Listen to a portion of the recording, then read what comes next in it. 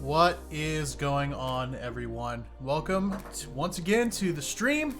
I'm super excited. Obviously, we didn't have a stream Monday because Monday was Memorial Day here in the US. So, yeah, just took a little bit of a break, relaxed. Basically did nothing all day. It was absolutely glorious. But we're back today, getting ready to finish the bust that we've been working on for the past few weeks. I'm super excited. Don't have a whole lot to do, but we'll go ahead and knock it out tonight. And if we have some time left over at the end, I do have a bunch of these little Space Marines that I need to finish up.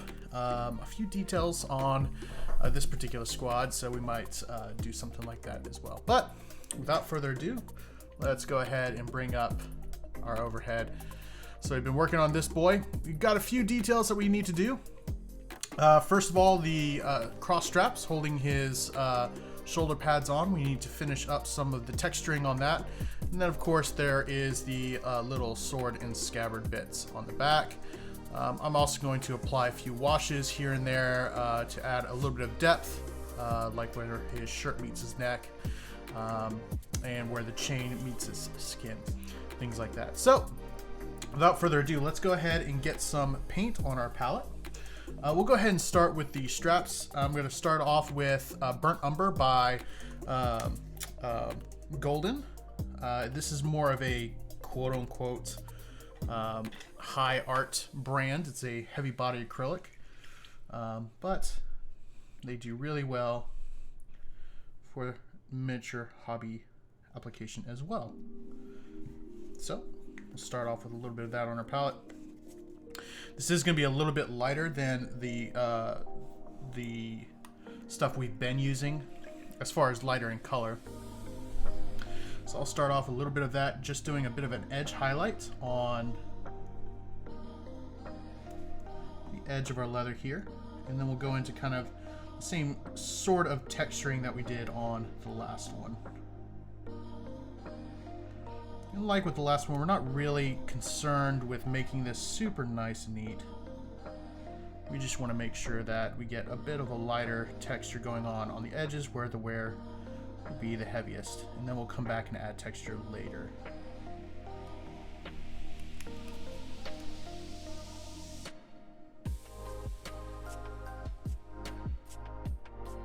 So one of the issues that I was kind of thinking through, it's more part of my inexperience with creating texture, especially leather texture. What's going on, Liam? How are you doing? Easy for me to say. How are you doing today, man?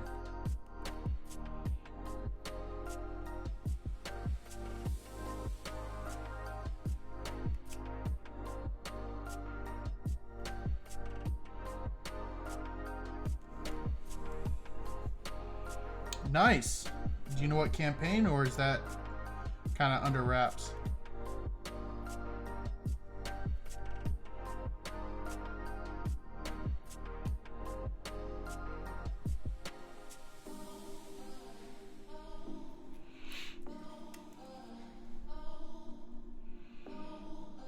Ooh, fun. Homebrews are always a great start. I'm actually going to be probably starting a campaign with some friends of mine online here. So with my brother, friend from college, friend from work, and I'm super excited about it. We're still trying to figure out what if we want to do a homebrew or if we want to do something maybe like a homebrew from a existing setting. Do we want to do a full-on homebrew, like what we actually want to do? But yeah, I'm about to start a new online campaign as well. Not play-by-post, but I'm only in the one play-by-post. I appreciate it. Welcome to the stream, as always. I'm really, really excited about it. We only have a little bit more to go here. So we're going to finish these straps, and then we're going to do like the sword and then some finishing touches. And then he'll be all done.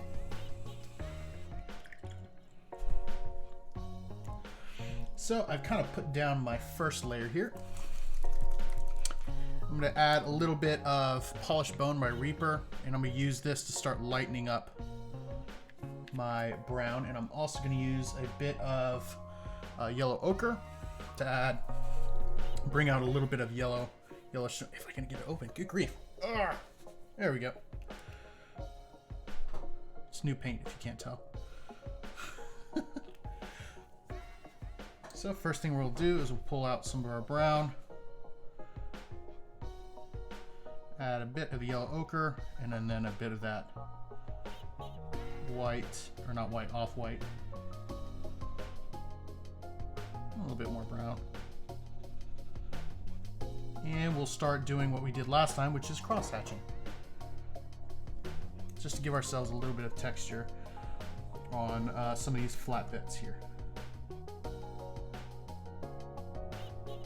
We're gonna be a little bit more subtle than we were with the shoulder pauldrons, because at least I feel like the wear pattern on the flats of these straps would not be as severe as the edges.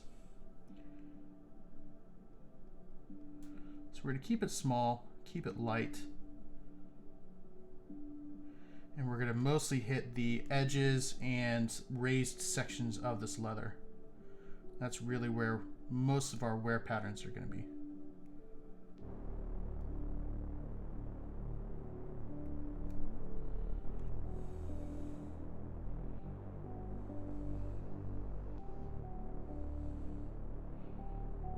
Once again, with the cross hatching at this point, I really don't care as far as where I'm putting them. I just want them there for now.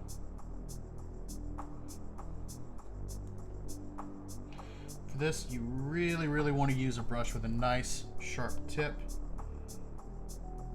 because you don't want really big and broad lines. You want, especially on a surface like this, which is not that big, I want to keep it a little bit more narrow.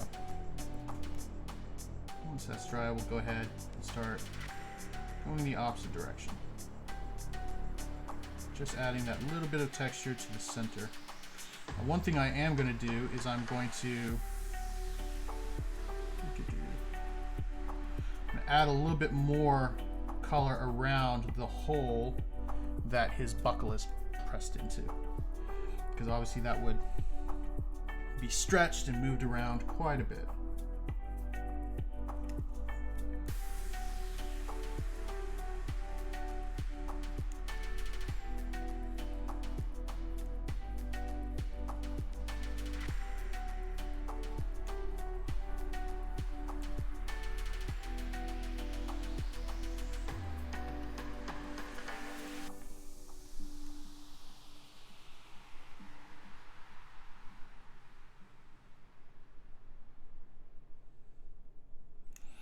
And I think that's looking fine.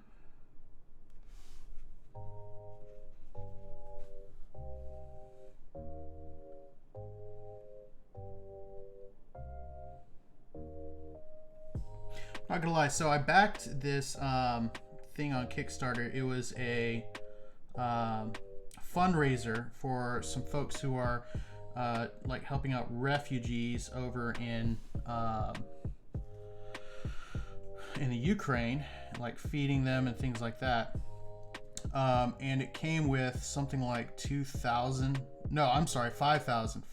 miniature files. And so I've got so much to choose from. I'm super excited about diving into what was included in that pack. It's awesome that that it also went towards a good cause. But some of my favorite creators, like Loot Studios, donated to it. So I was extra excited about that.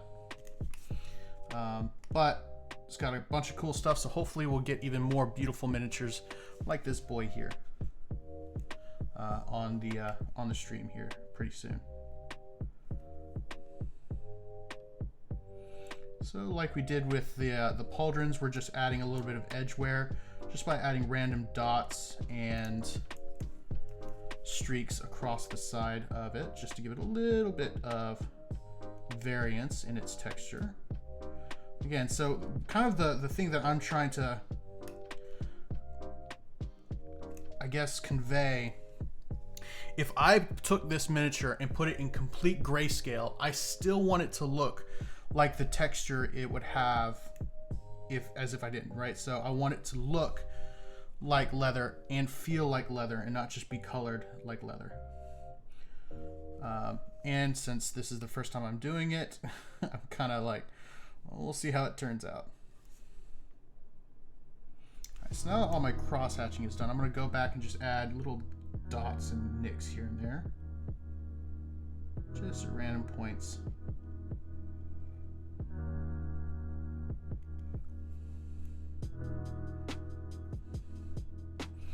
I don't know how well y'all can see that, but you can see all those little cross hatchings.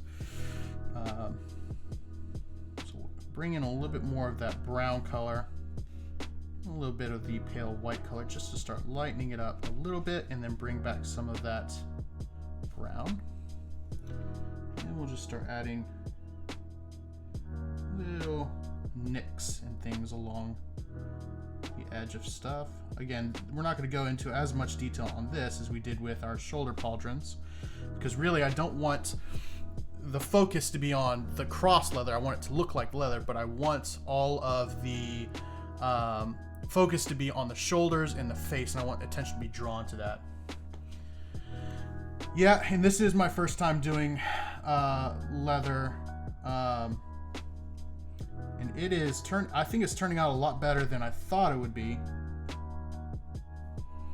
but still, it's been a fun process for sure.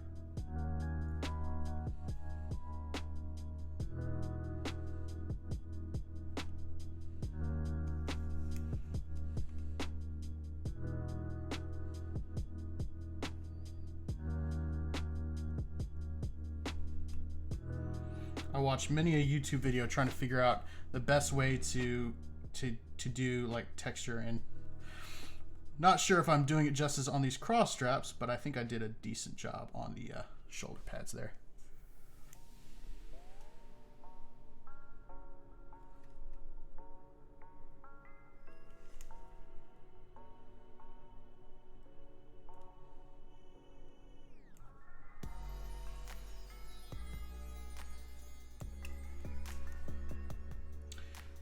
Go, and then we'll do a little bit on the kind of, I don't know what you call this, like sub belt, I guess, secondary belt, whatever you want to call it.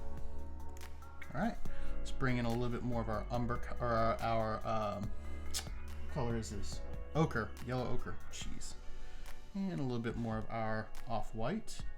Technically, it's a bone, not an off-white, but to kind of get our final stage here. I appreciate it.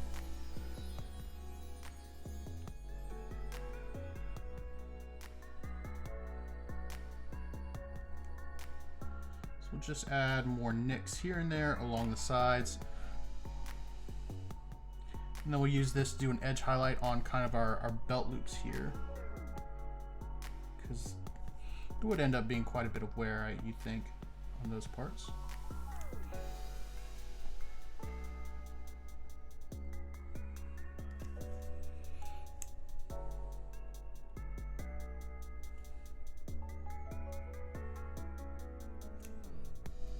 And then on random points across this, I'm going to add just these little dashes with this color to kind of represent nicks in the leather.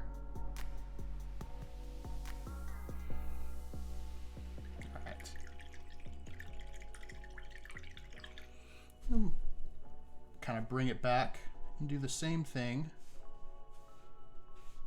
on the other strap. Except I'm not going to do as much on the secondary, or the, I guess, third strap here, because there's this really cool like pattern in it. So I'm just going to do a little bit, not as much.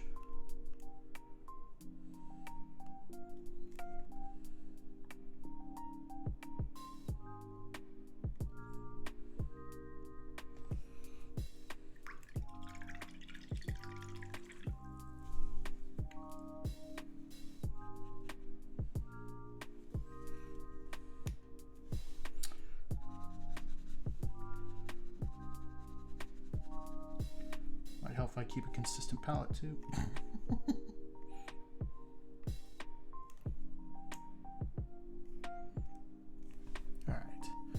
now what I'm going to do is we're going to take some, where are you at? Here you are.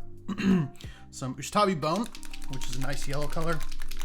And this is what I'm going to use to paint these stitches across the straps. And then I will apply a wash to the whole thing to kind of, I'm using it more as a,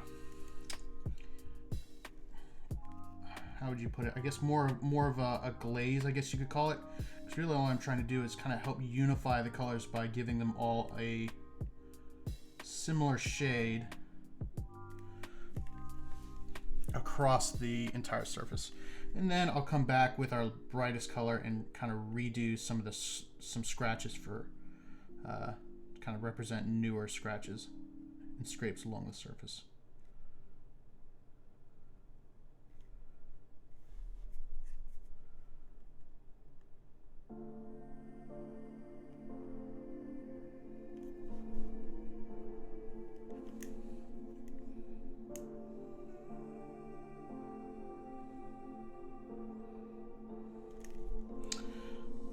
But as soon as I'm finished this, as I've done in the past, I think what I'm going to do is I'm going to go onto Discord and I'm going to put what I'm going to do on my next, or as my next miniature, up to a vote. So I've got the ones that I've already 3D printed out and already primed and are ready to go.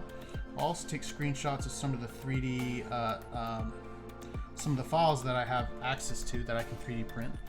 And y'all can decide what I do next. So you can type in !Discord for my Discord if you're not already on there. And you can help decide what I do next.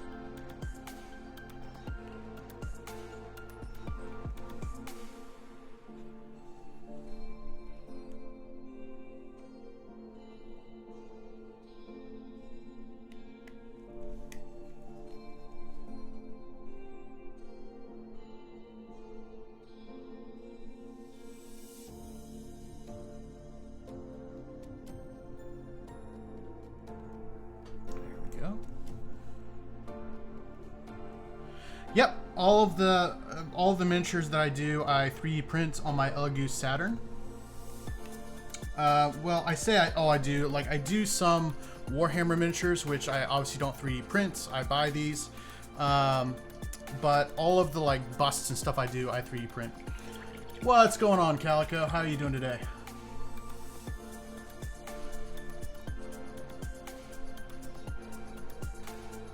So, next thing I want to do is, where's my gray black?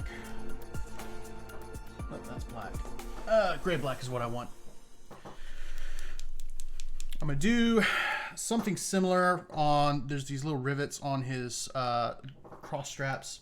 I'm gonna do something similar to what I did with the rivets on his shoulder pads, except I don't think I'm gonna do as much of a rust on those.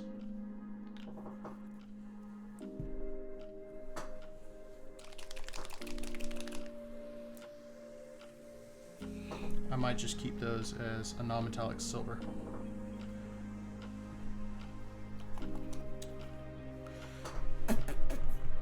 Do I want... No, you know what? I'm gonna do this. So, normally when I do non-metallic metal, I add a little bit of blue to kind of do like a reflection of the sky, but since these rivets are directly on his leather, I'm actually gonna add a little bit of this dark umber to it to kind of represent a reflection of the leather around it.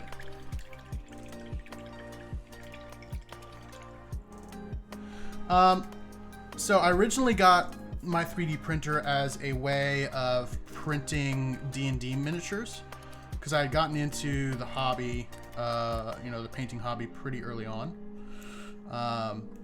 That's why I got a Elegoo Mars Pro to start with. And then I started printing other things.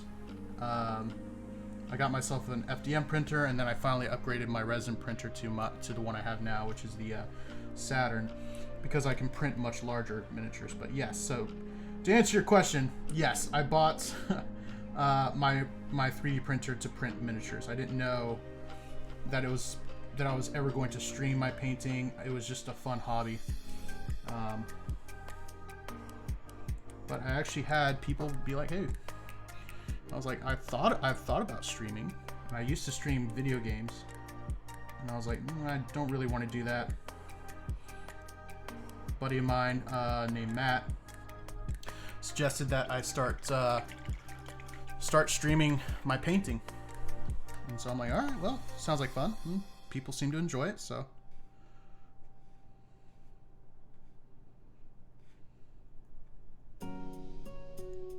That's how we got here, I guess you could say.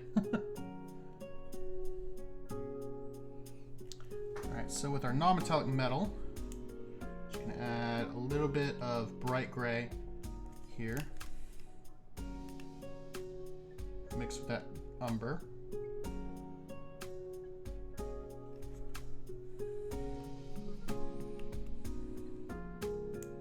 I'm still like learning non-metallic metal. I really struggle with round shapes specifically. I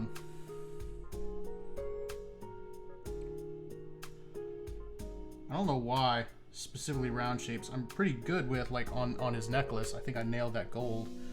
But I don't know why round shapes just, I don't get it.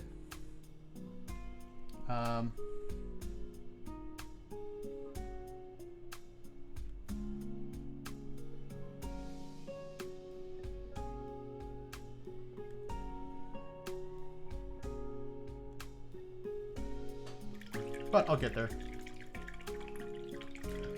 I appreciate it, Tricky. It is definitely something I'm passionate about and I love doing.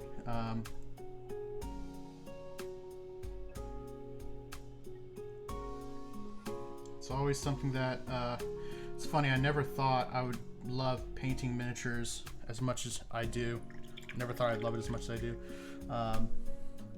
It was something that I did because I was like, you know what, I want a miniature for my D&D campaign, and I need to be able to, like,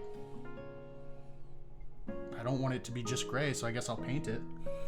And then I was like, oh, this is kind of fun, and I just kept painting, and here we are.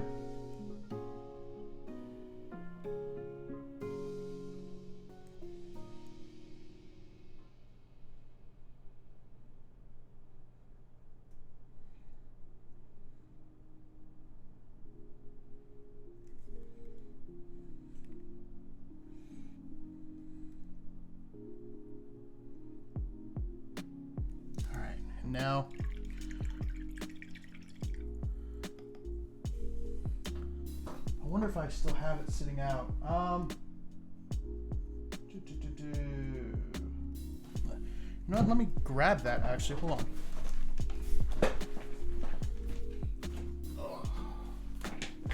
I have a ton of minis just in a box from where I carry them for my D&D campaigns and stuff. I'm not sure if I still have it in this box or not.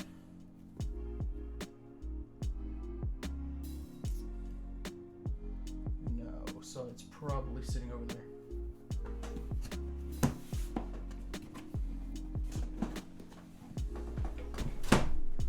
Oh, we've got another box of minis.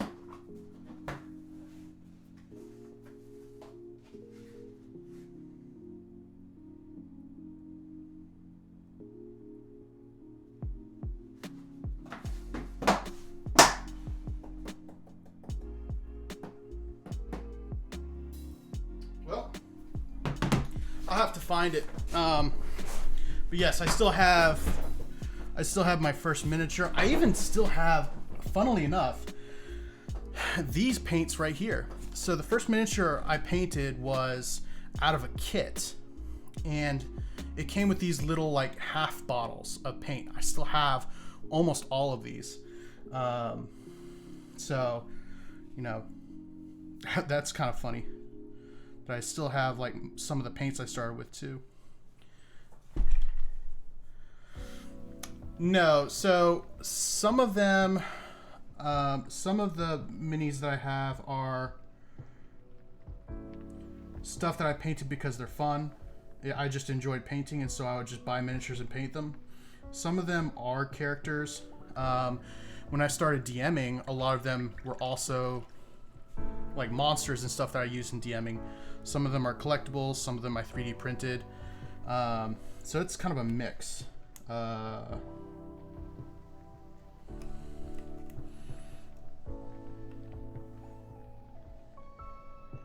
So I guess the answer would be all the above. At first, I bought miniatures because I wanted to paint my own miniatures whenever I play D&D. Like, my thing was I wanted to have a miniature for each D&D character I play. And then I just kind of got bit by the painting bug, and I enjoyed it so much that I just started painting random miniatures. And then I got into Warhammer, and so then I started painting up all of those miniatures. Then I got my 3D printers, and that's when it gets once you get a 3D printer, that's when it gets dangerous, because you can print off any mini you want as long as you have the file for it for like pennies. So like I think this guy in cost and resin cost me like maybe $1 to print out, $2, something like that.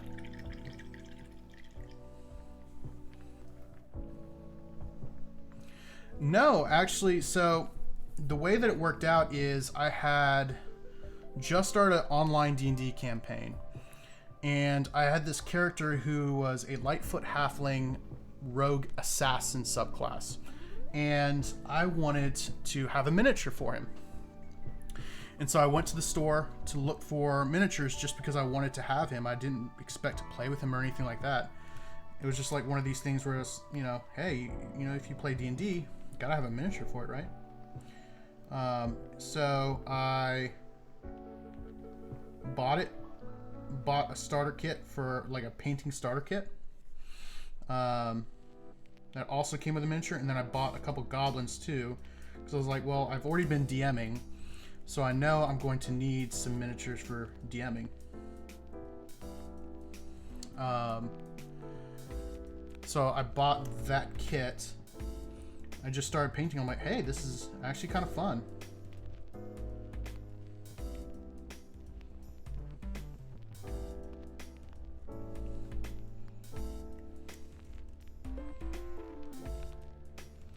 And then a year and a half later, I'm painting busts that are completely impractical and are just going to sit on my shelf and look cool.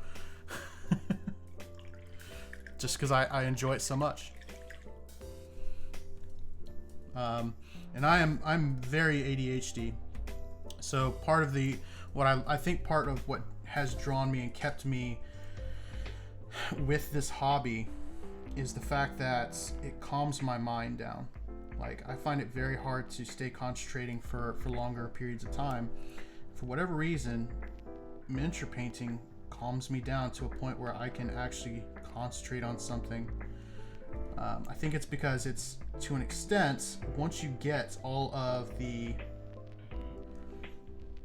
like basics down, so like once you come up with a paint scheme, once you start blocking in colors and things like that, it's fairly mindless. You just control your brush. And so for me, it was like, I don't have to sit here and pay attention to it, or I could do something else. I could read audio or listen to audiobooks. I could do this while, watching a YouTube video or talking to people. And so it became something that I could do with other things, which meant that I could keep my mind occupied on other things while still painting. And that was a huge thing for me, because I had never been able to concentrate on one thing very easily. And so now all of a sudden I have this hobby that I can actually concentrate on, and I can actually do without being distracted. And that's, for me, was huge. Just absolutely huge.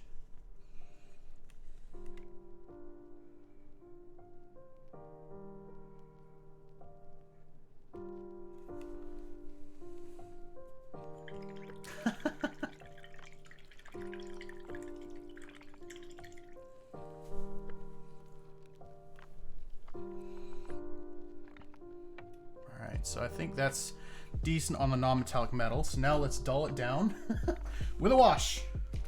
So we're going to take a little bit of Agrax Earthshade. We're just going to slather it all over this leather to give it a little bit more continuity between the different colors and layers.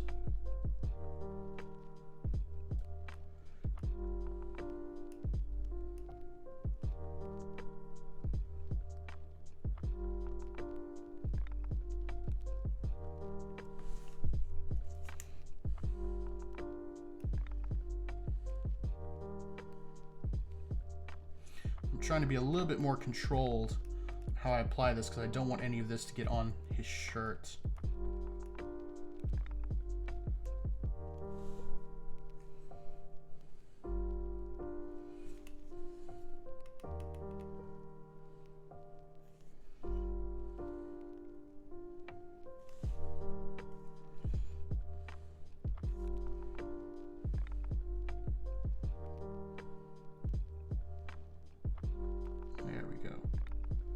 So it just kind of pulls everything together.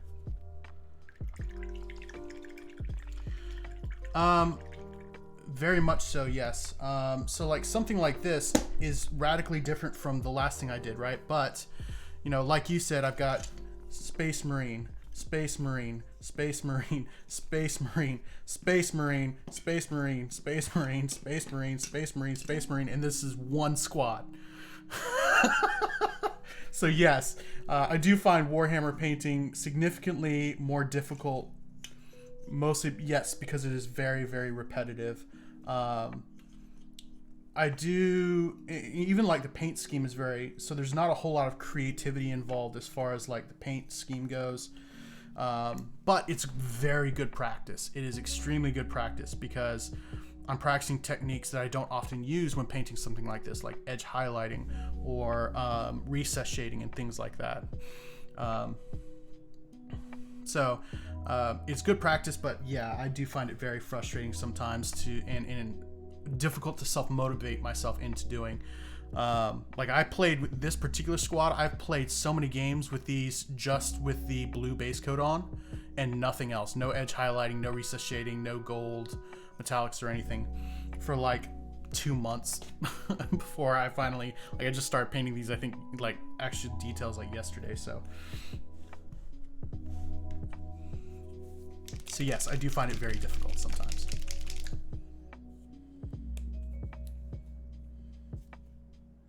But it's worth it because whenever you put a fully painted army on the table, oh dude, it just looks so good and it's so motivating.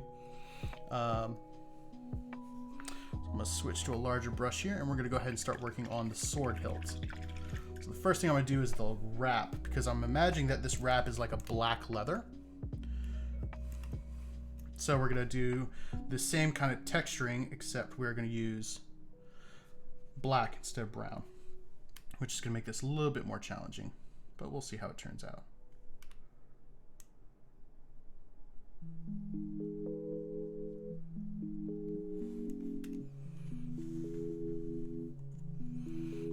Yep. And it's especially cool when like I've got 3 Redemptor Dreadnoughts, a couple mech suits. You know, this one squad is gonna be broken up into 2 5-man squads. A Tech Marine, a Captain in Grievous armor, and then a bunch of infiltrators, and 2 5-man infiltrator squads. And so like it's huge being able to put all that down on the table and say, yep, this is all painted by me, and it just feels great. It feels great to be able to do.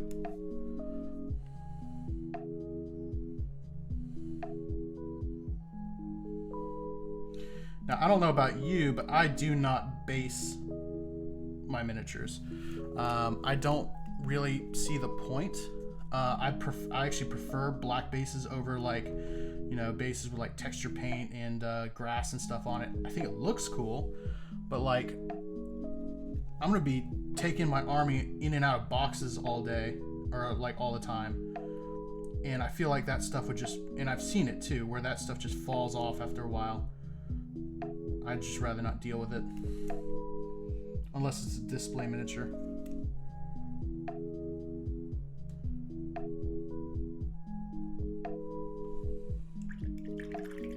I know that's, and when it comes to Warhammer, that's kind of blasphemy, because in tournaments and stuff, you have to have them based. All right, so now we're going to start working on the actual hilts. And so for that, I am going to come back to my blue and do blue reflections instead of brown.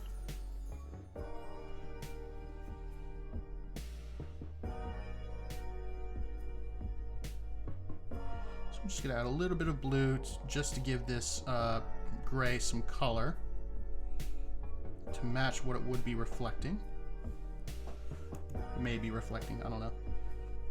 I'm not an expert when it comes to light. So we'll go ahead and add some to the bottom of this little metal piece here.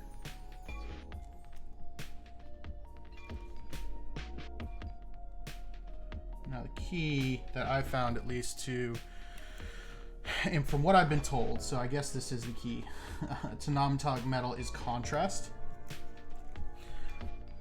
So if you have like a non-metallic metal that is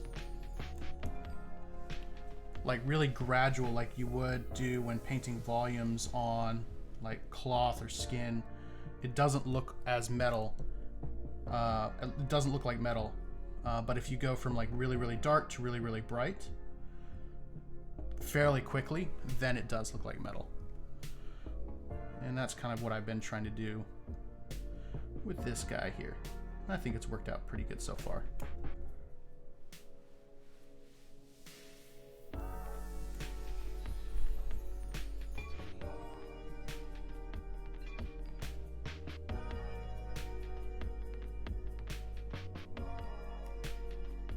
The only thing that I'm unsure about at this point is what color I want to do the scabbard.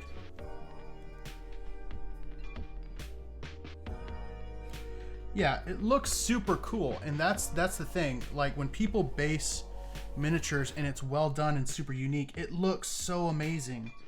But then I'm like, all right, but then what happens when I pull it out of a foam case? It's gonna fall apart.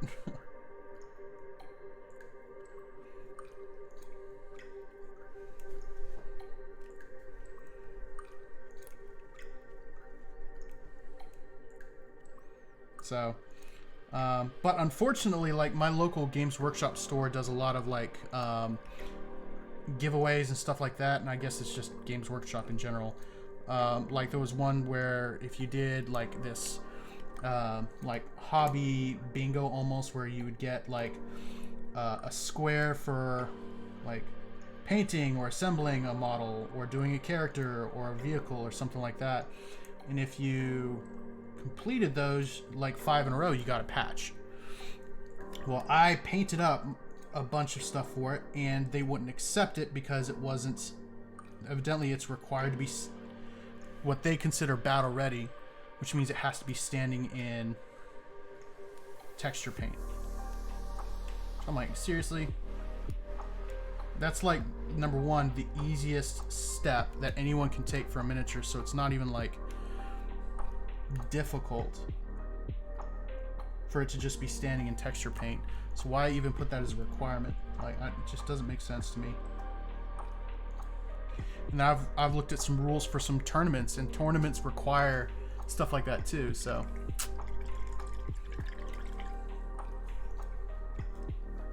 I mean, it is Games Workshop. The guy who runs our local shop is amazing, but he still has to abide by the rules that Games Workshop gives him. So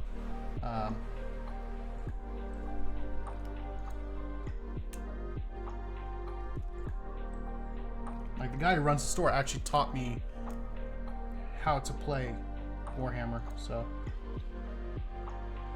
which is a smart business move, because now I spend a lot of money with him.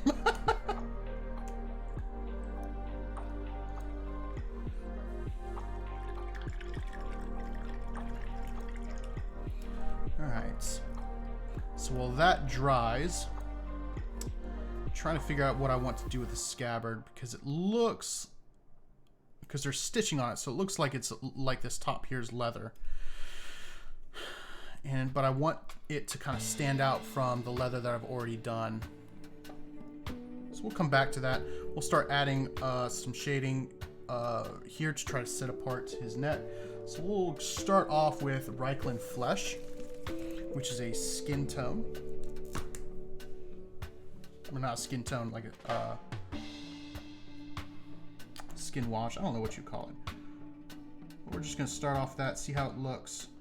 And if I find that it's not dark enough, then we'll come back with something else. I'm just going to recess shade along his neck here.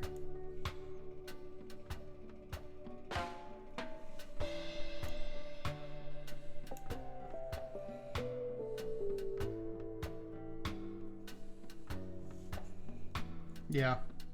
So that makes sense. Like, you know, for instance, having a hobby, or not having a hobby, but like having a tournament where like you get extra points for having, you know, three different colors on your miniatures. Like that makes sense.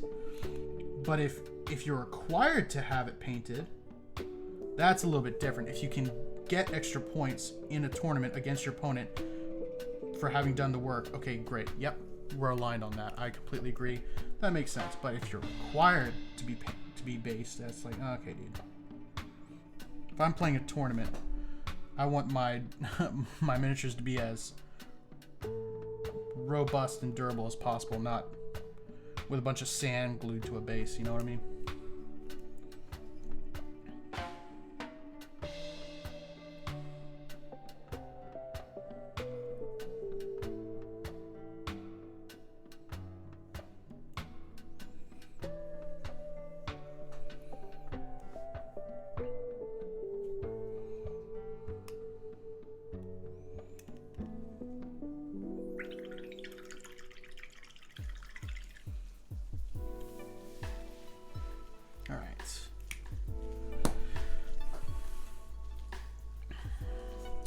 Yeah, and that was kind of the thing that kind of took me by surprise. Like, I brought in a miniature for him to look at, and it was obvious that I spent a lot of time highlighting and recess shading and doing all my metallics, and then, you know, applying a wash in the exact right areas and all this kind of stuff. And it was just like, it doesn't count because it's not standing in daggum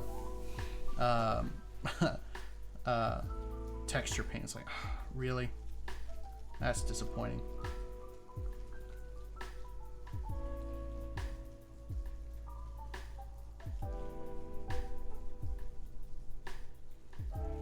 Again, it kind of makes sense,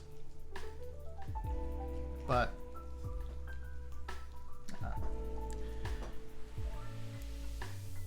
I don't like it.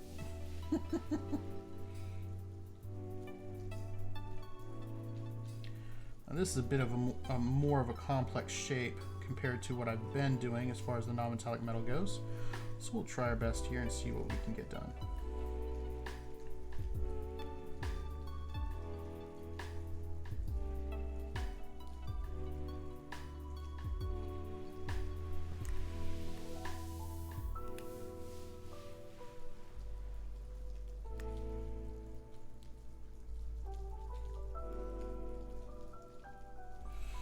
Very similar to what we did with the pendant, so we'll see if we can't get it to look super spectacular.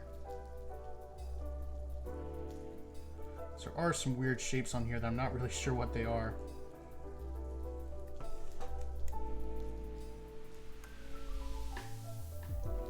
Yeah, exactly. But that's the thing, though, is you're not breaking miniatures, right? You're just like scraping off sand onto their play area. Like,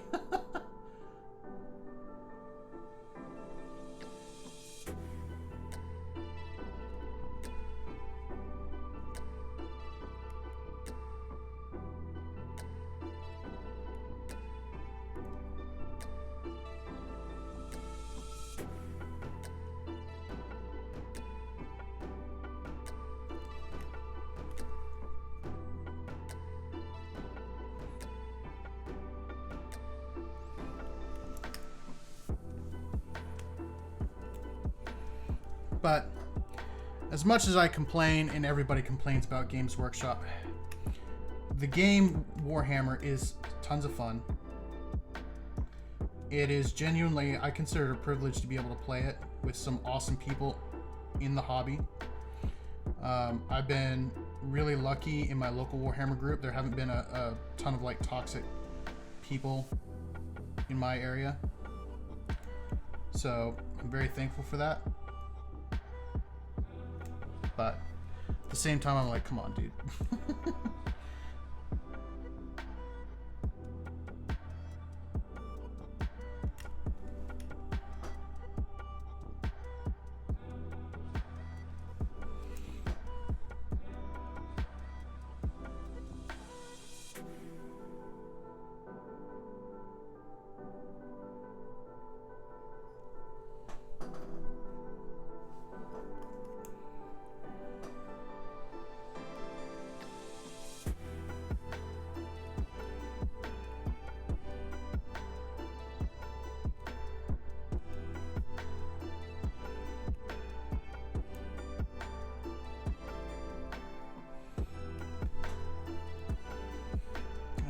So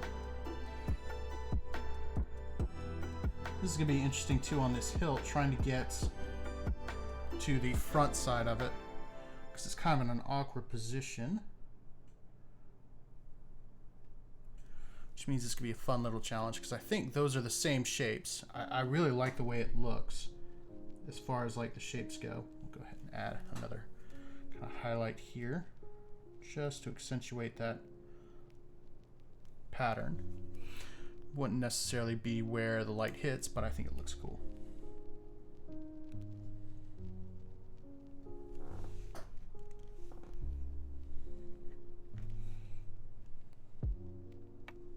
Ironically, the part that's going to be the most visible is the hardest part of this hilt to get to.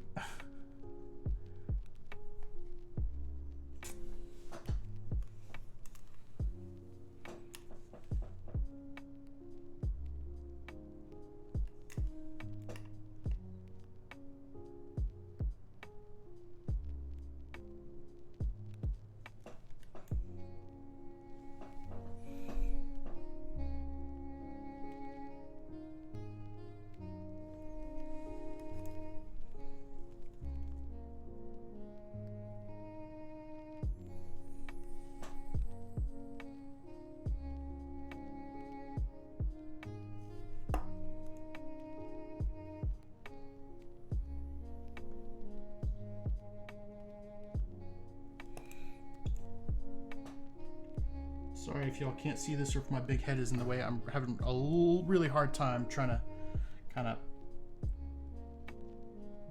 get to a place where my brush is actually stable.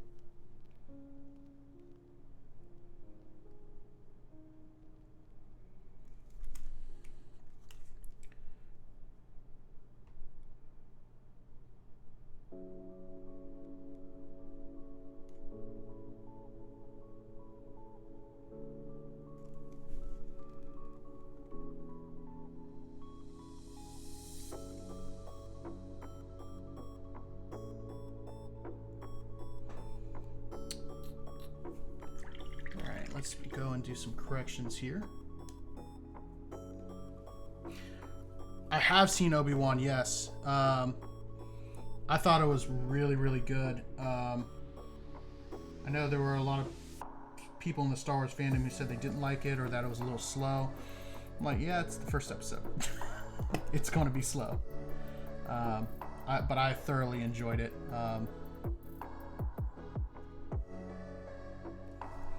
How about you?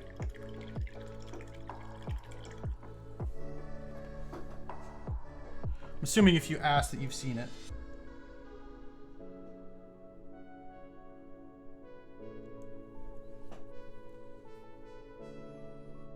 Absolutely. Absolutely. Especially when it comes to Star Wars. Because The Mandalorian did definitely start out slow. And like that opening scene... Oh my gosh, dude. Oh, so good.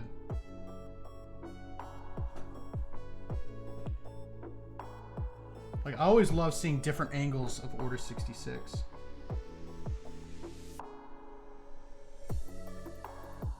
It's not a spoiler, right, if it's in the opening scene?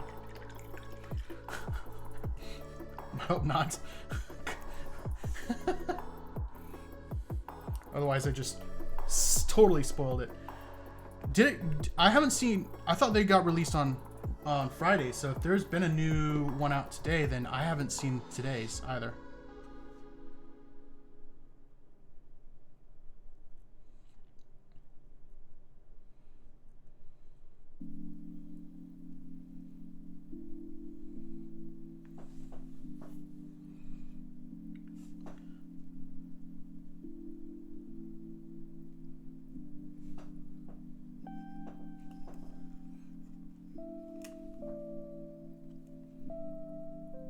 I mean, it is absolutely possible if it was today.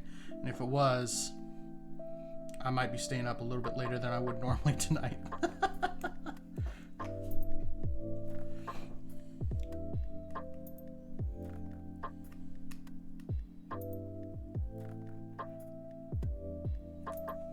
Alright, so let's go ahead and go on and do some of our first volumes here.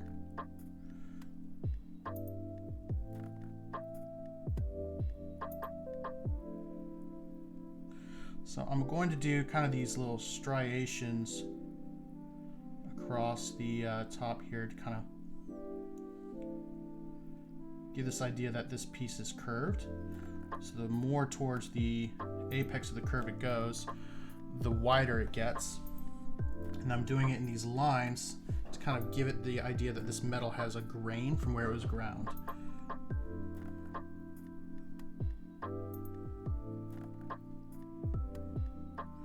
And I completely failed on that point. And it doesn't look too terribly bad, except it's lopsided.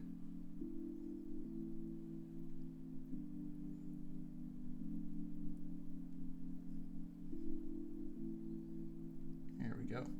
Something like that.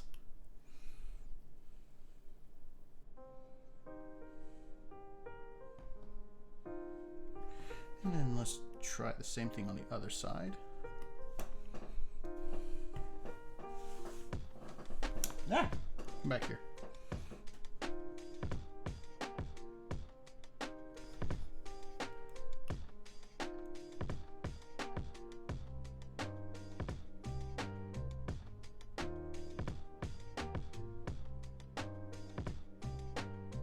And we'll just keep doing this all the way to the other side.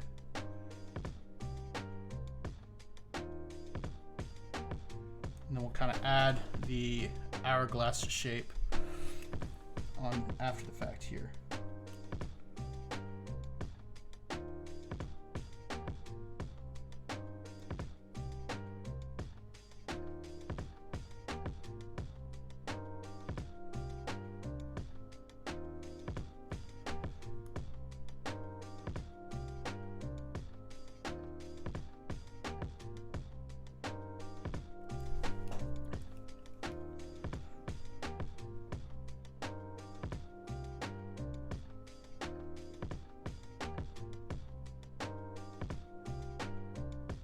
There.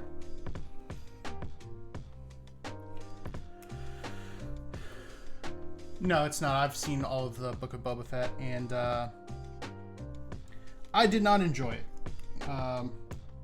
I loved the crossover episode because it felt like it was just a Mandalorian episode, but I did not enjoy overall the Book of Boba Fett. I thought it was very lacking, in my opinion.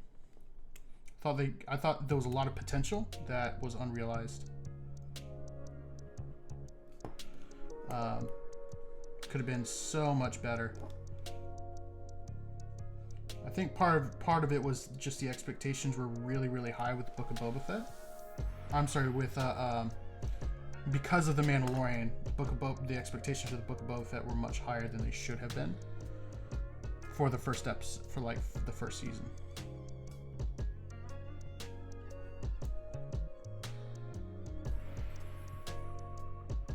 I had a bit of a secondary reflection here.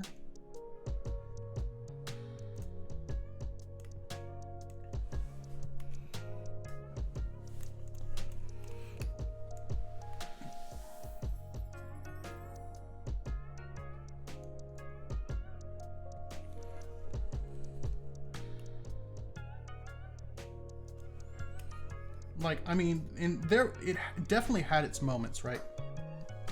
That I was just like, oh, that's so awesome, right? But then you had like the slowest car chase in cinematic history,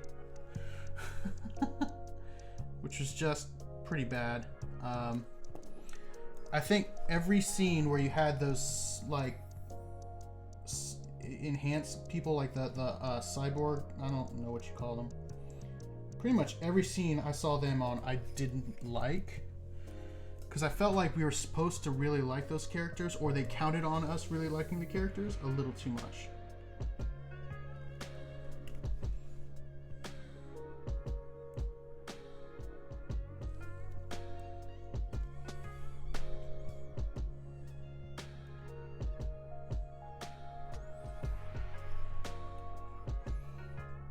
Yeah, the bike ride was just the worst.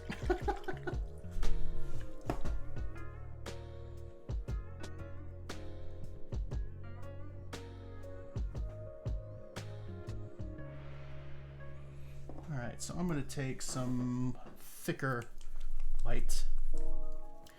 Yeah, exactly. They were like the, it felt like this is what the millennials want, right?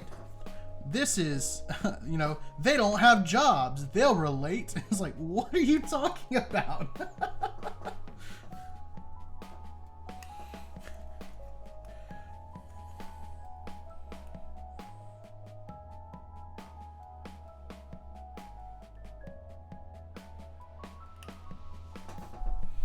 All right, so we're going to add a brighter, like, sub-reflection here.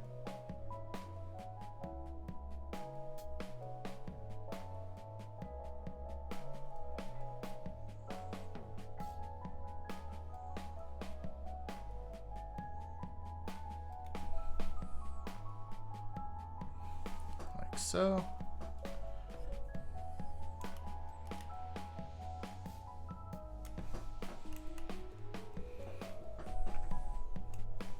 right, exactly. It's like, yeah, there's no work for us to do. It's like, there's, first of all, go be a moisture farmer. Pretty sure Tatooine could use some more moisture farmers.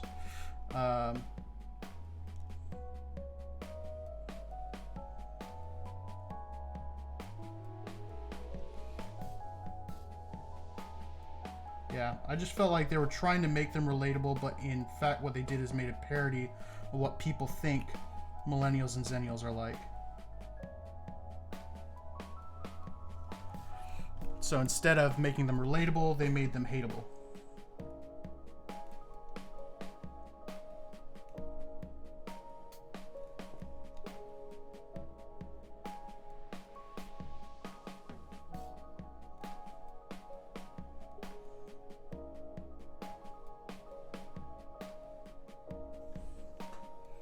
Which is unfortunate because, again, the whole series had potential, and they took that potential and just kind of wiped the floor with it, you know?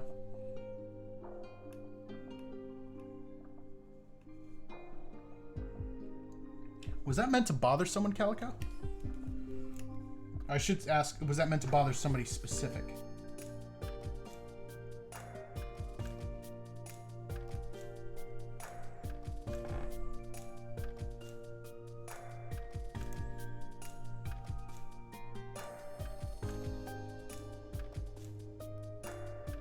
Or were you just saying moist, hoping it would bother someone?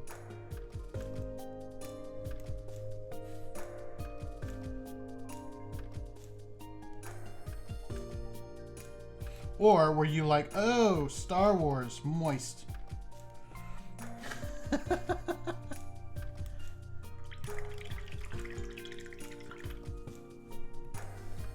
Alright, so we're going to bring in some pure white.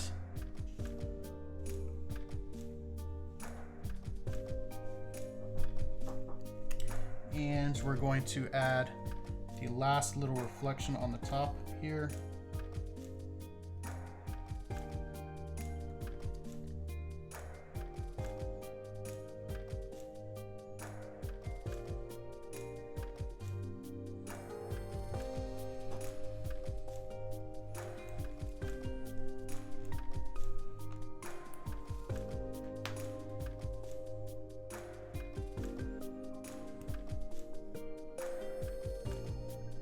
Yeah, I think there is that.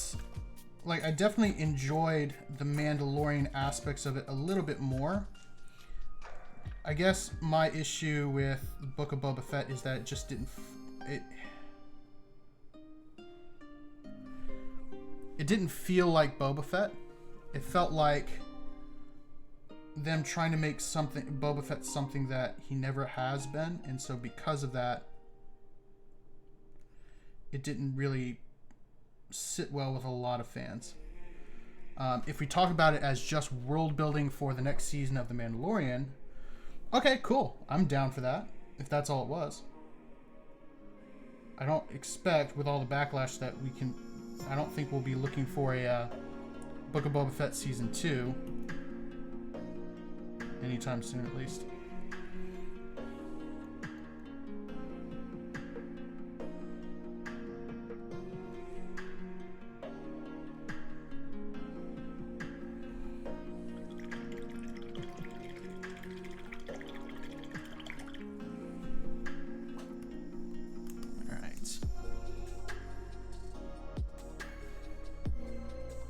But either way, it is Star Wars. And I love Star Wars, so regardless of whether or not I think it was good, I will still watch it. Because it is Star Wars.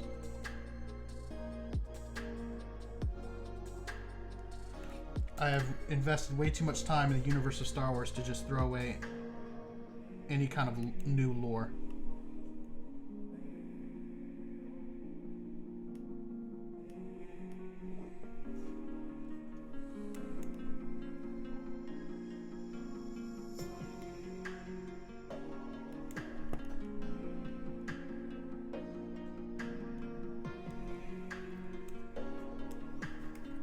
That's not terrible. I think there's some cleanup that still needs to be done, but overall not bad.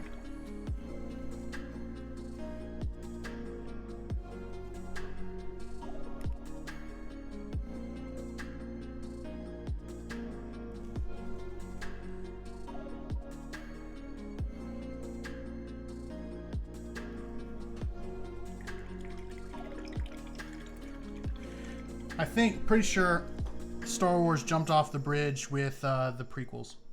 I'm pretty sure that's already been done. And I did not jump off that bridge.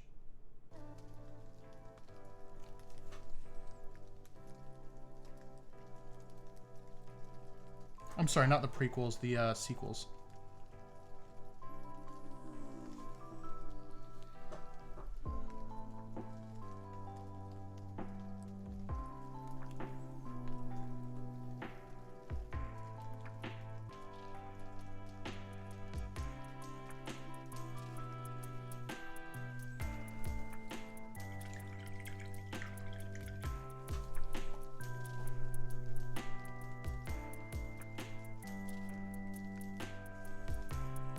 So, ha, Calico, what you meant as a quip actually happened.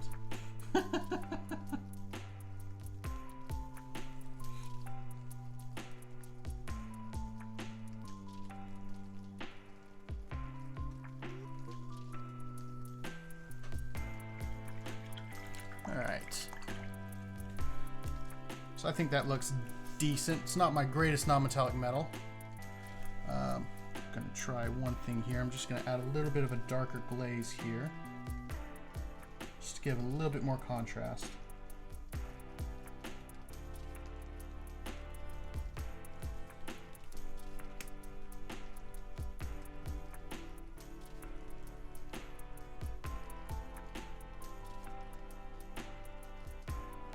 Kind of the same way that I did my reflections here.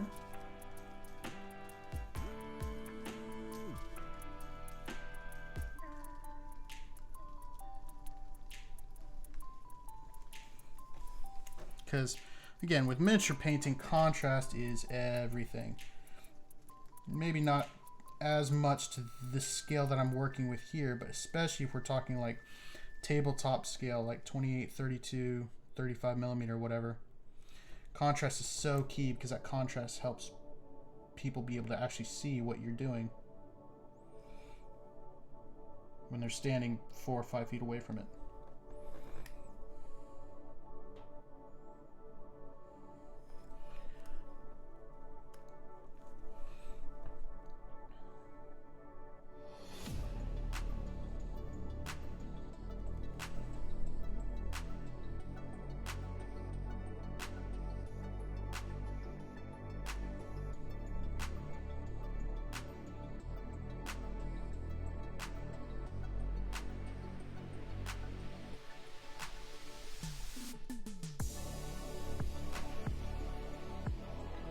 Cool.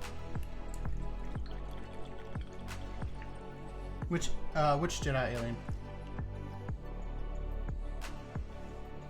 Oh, you're talking to Calico. Yeah.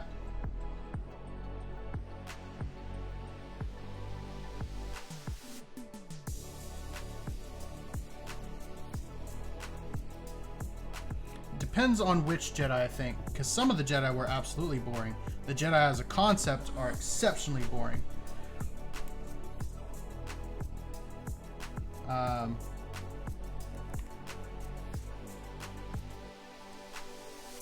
But there were Jedi that I found really exciting, like Obi-Wan Kenobi.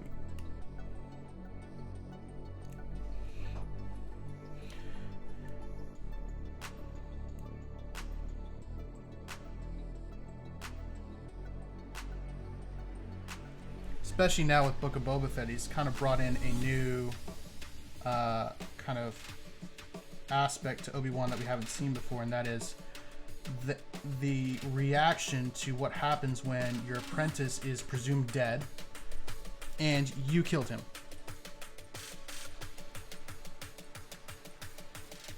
Like, what would that do to a man? Which I think is going to be really, really cool to explore.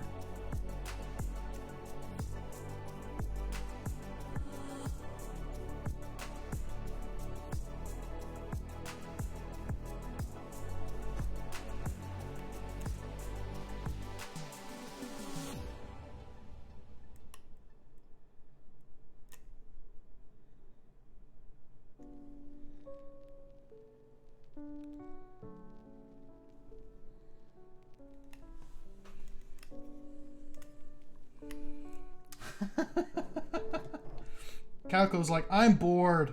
Let's just kill them all.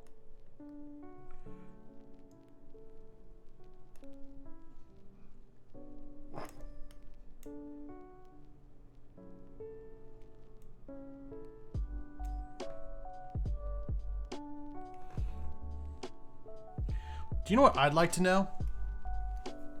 Is how just terrible of a judge of character do you have to be to marry somebody who admitted to killing an entire camp of people, both women and children? Say what you want about the Jedi being boring. Freaking Padme was an idiot.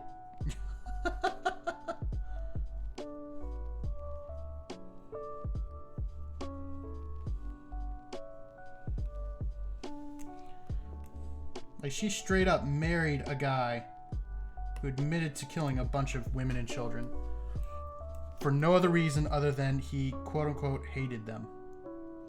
He admitting to feeling hate for those things.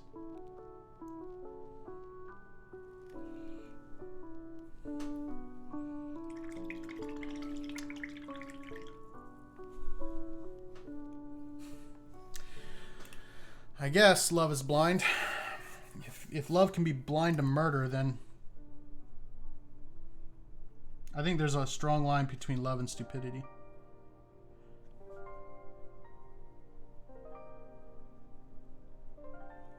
Which, to be fair, I haven't watched the Clone Wars series, so I'm pretty sure I wouldn't be surprised if they addressed it in that. But like, that's some blind love if you're dating a guy you know murdered a bunch of people.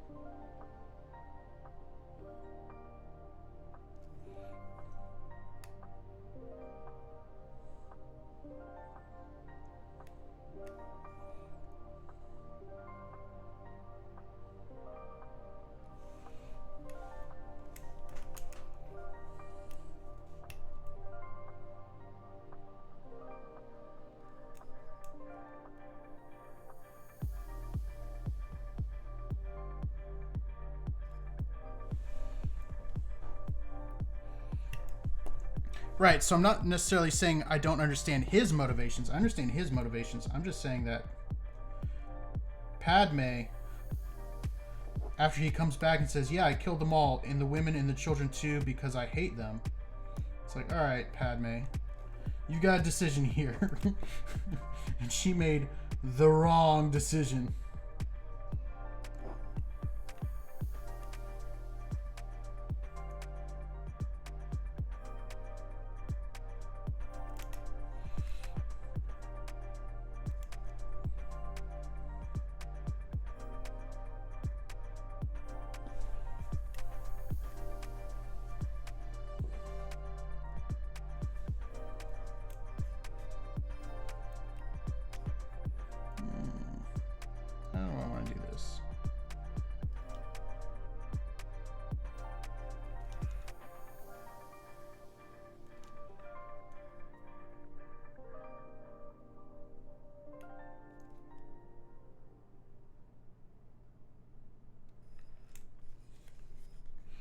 This is going to be the interesting part because I've never done a cylinder like this before. So instead of looking it up, let's just full send it and see what happens.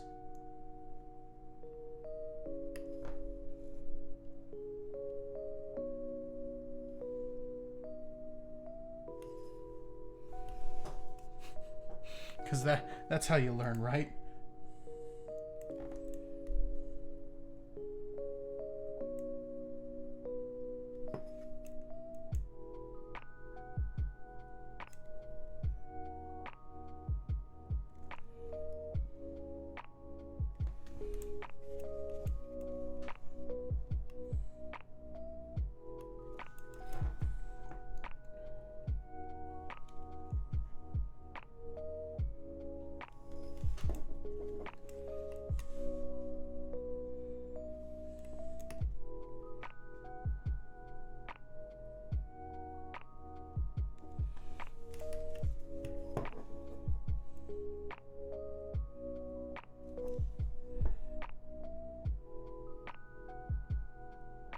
There we go.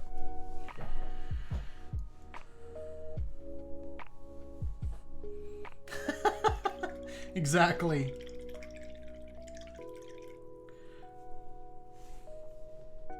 And she went with the wrong impression.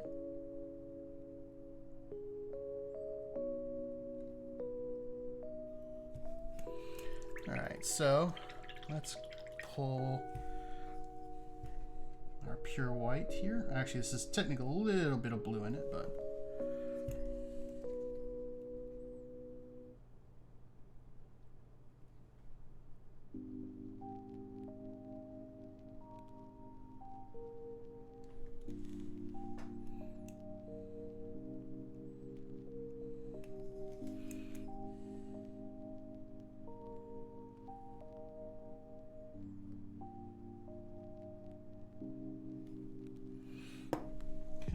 try to do a really thin edge highlight here.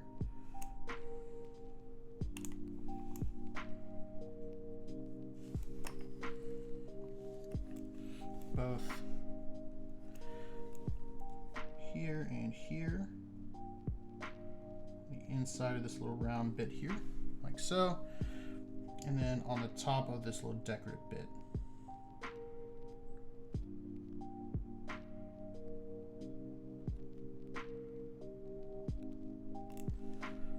There.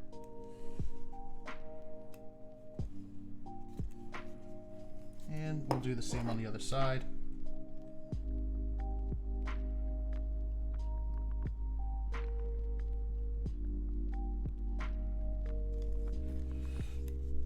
And here.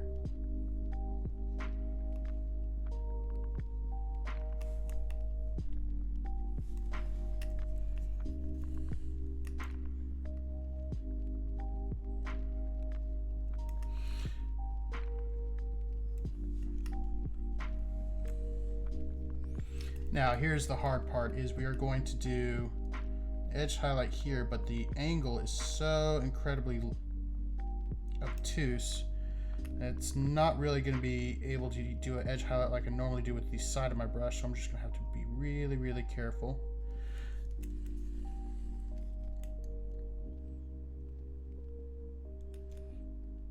And do it with the tip of my brush, which is always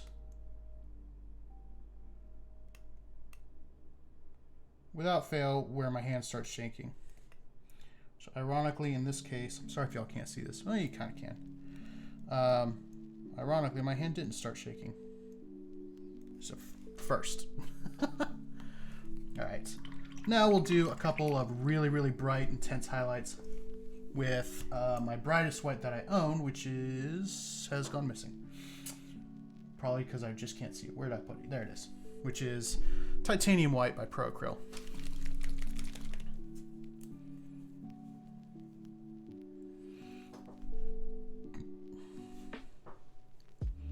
Ironic, when you think of white, you don't really think of different shades of white, but there definitely are.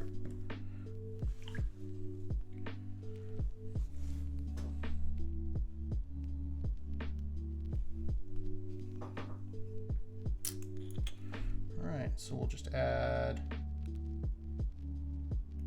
some pure white on top here, on the sides. Go ahead and redo some of this edge highlight here in pure white just on the top. Let it transition down to the more dull white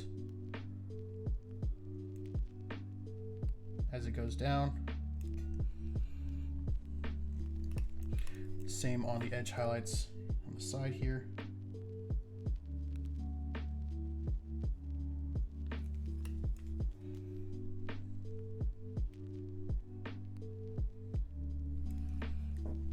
And on here.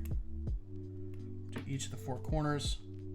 And then we'll go back and do just the center bit here in pure titanium white.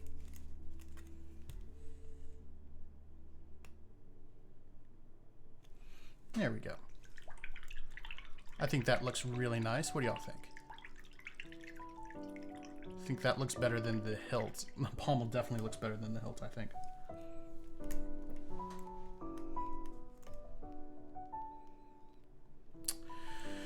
Alright, so now I just got to figure out how in the world I want to do the leather wrap without just making it look like the same thing. So I'm going to take some of my London Gray, and that I think will be my brightest highlight. So what I'm going to do is I'm going to take some of the London Gray, mix it with black to get a really nice dark gray.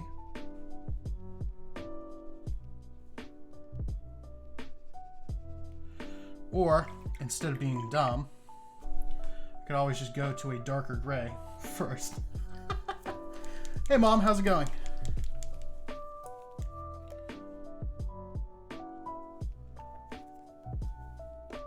Welcome to this stream as usual. Always good to have you here. We're just working on some of the finishing touches on your boy. So we'll go ahead and work up some of our volumes here on the top half of each diamond, which is where I think our light would be hitting the most.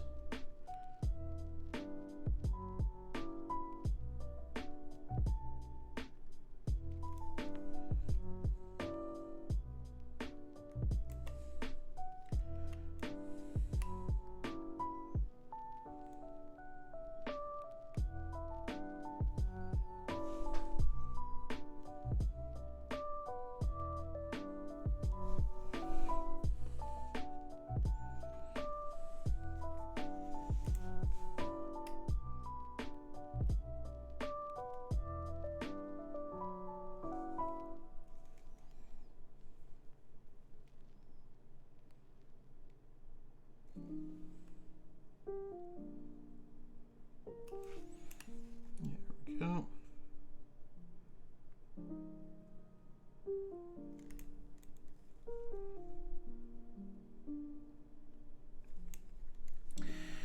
It's going to take a while, but I'm going to do that to each and every one of these little diamonds here. Just going to highlight the top half, and then we will work down to our London Gray, or work up to our London Gray, I should say.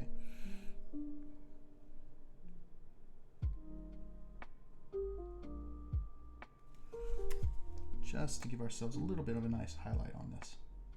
A little bit more visual interest.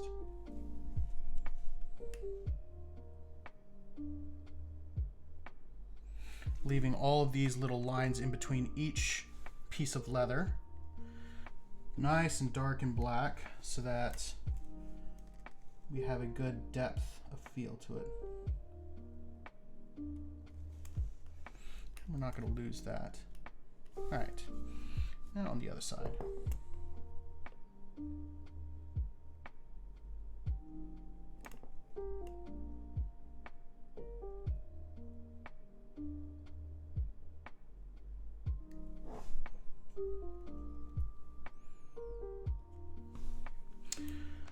Yeah, well, that's the thing is, I think you're right to an extent. I think I need to darken my first highlight a little bit more. So with metallics, you want to, at least, again, this is what I understand from people who are a lot smarter than I am, and a lot more experienced than I am, that the color needs to jump up in luminance value, so as how bright it is, very, very quickly, in order to read as metal. But I think you are right in that I need to probably bring down the tone of the first initial highlight a little bit. Because right now it's just kind of reading. First of all, the actual paint job is really messy. That's part of the issue too. It's not very clean right now. So I'm going to need to clean that up, and then I think you're right, add a little bit, darken the initial highlight a little bit more.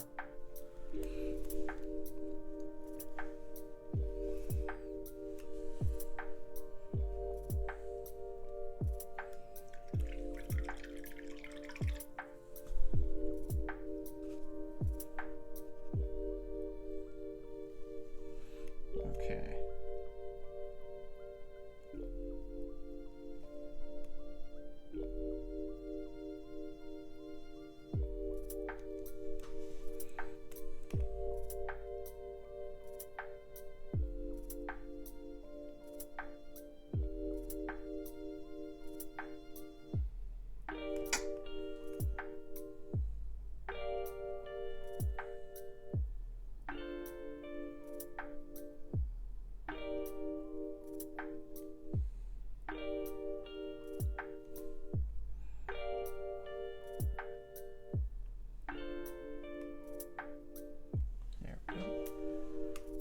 Oh, thanks. I appreciate it.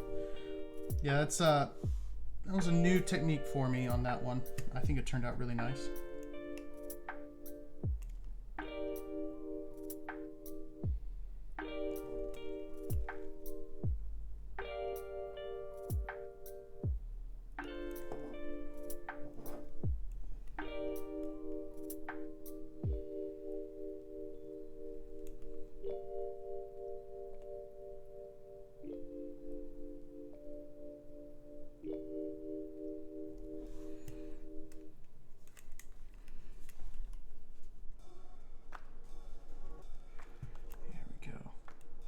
But yeah, as soon as I'm done the leather on this, I'll go back and do some more work on the hilt. Because really, as soon as the hilt is done, I'm not sure if I'm actually going to do anything on the scabbards. Because again, it's all about creating that visual interest, and I think there's enough visual interest in the hilt. I don't want to draw that away from anything, or draw that away with anything else. So as soon as the hilt is done, I think that'll be it.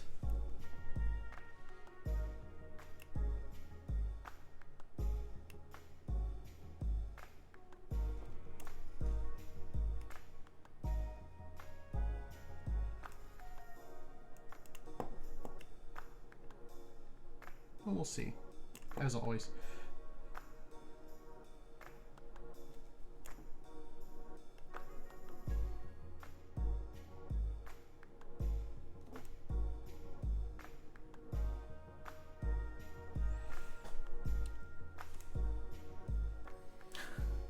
I'm not surprised because I'm terrible, because it's always like I'm either pulling it out of frame to pull it closer, or like my head gets in the way.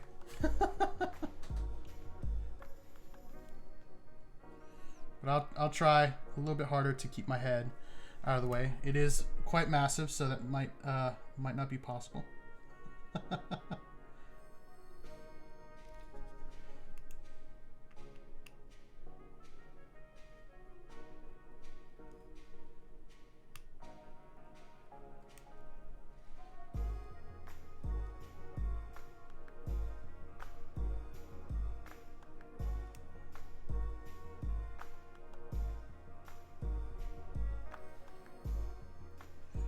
I like the way that handle is turning out. I think that looks baller.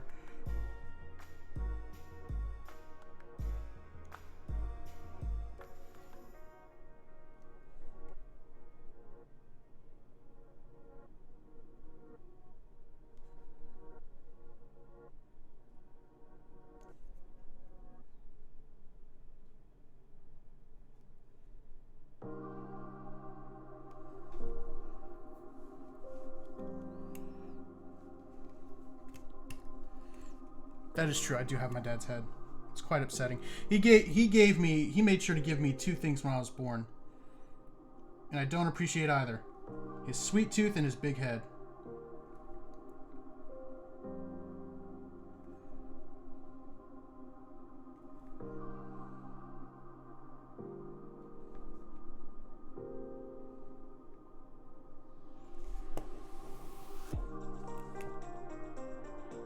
Oh, and his ADHD too. That too.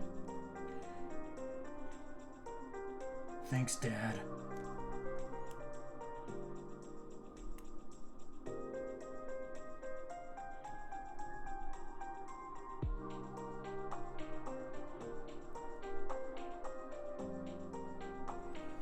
There we go.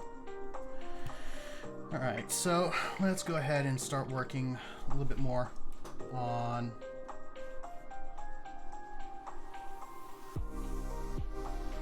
this hilt here. So let's add a little bit of blue. Darken up what we had before. And I'm just going to start layering in. Make sure to keep my head out of the frame. Start cleaning this up, darkening it up a little bit.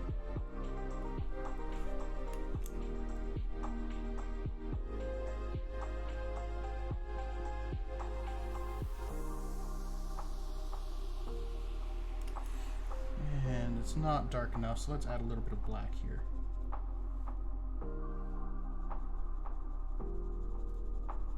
I want to avoid going all the way down to my first tone here, but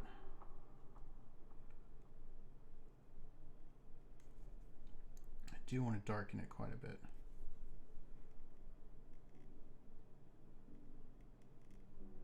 Because again, it's that contrast that makes it look metallic. We just don't have enough of it, I think. It's part of the issue at least.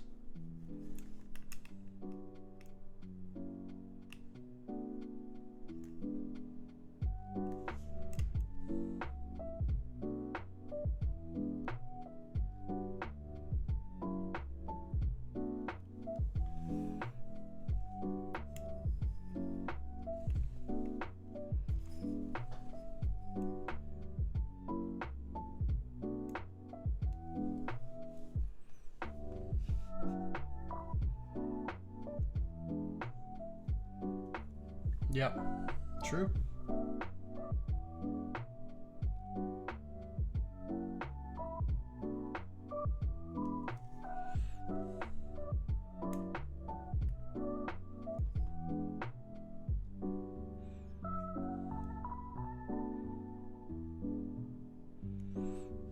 But, to be fair, having a big head and a terrible sweet tooth isn't negated by a good career.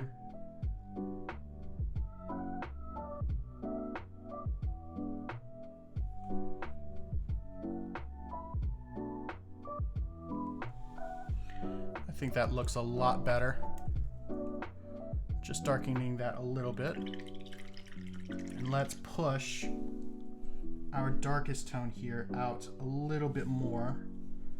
So a little bit further up.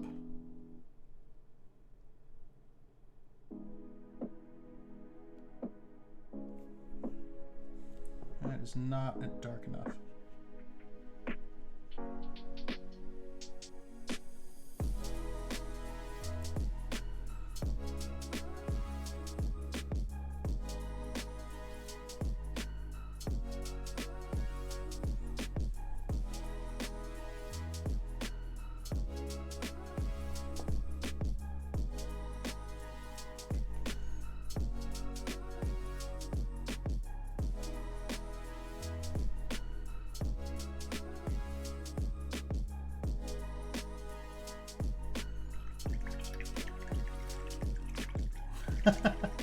Yeah.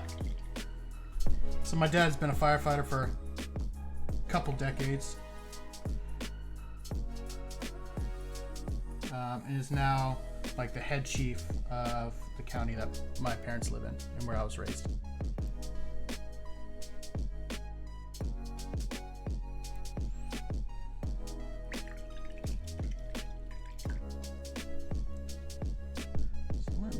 little bit of this black, and I want to do something interesting here. Not interesting, just different. I'm going to put pure black up on the top of this pommel here. Just to add a little bit of a shadow. Might do that on the hilt too.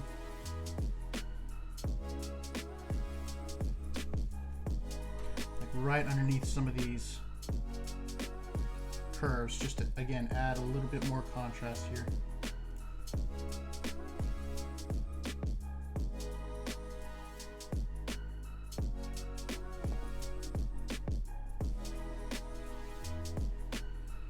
Kind of like that. Again, it's that visual interest that we're trying to create.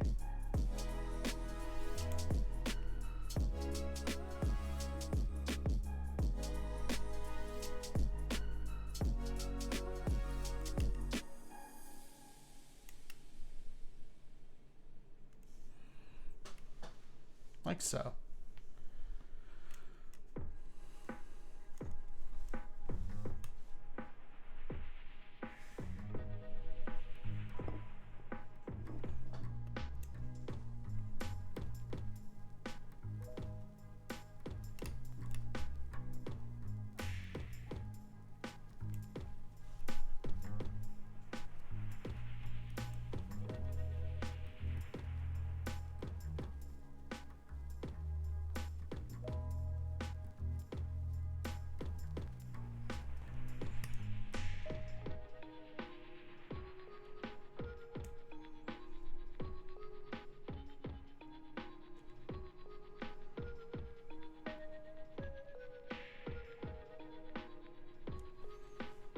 There we go.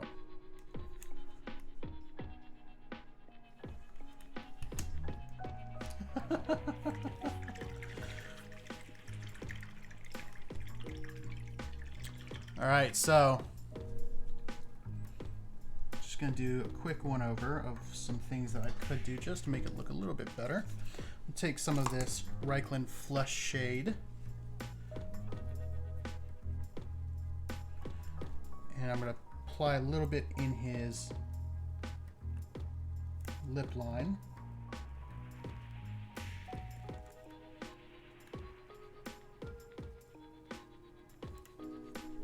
Just to give it a little bit of separation there.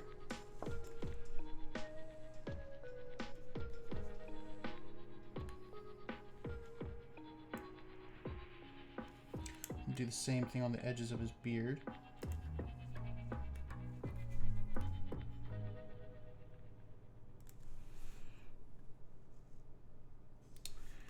And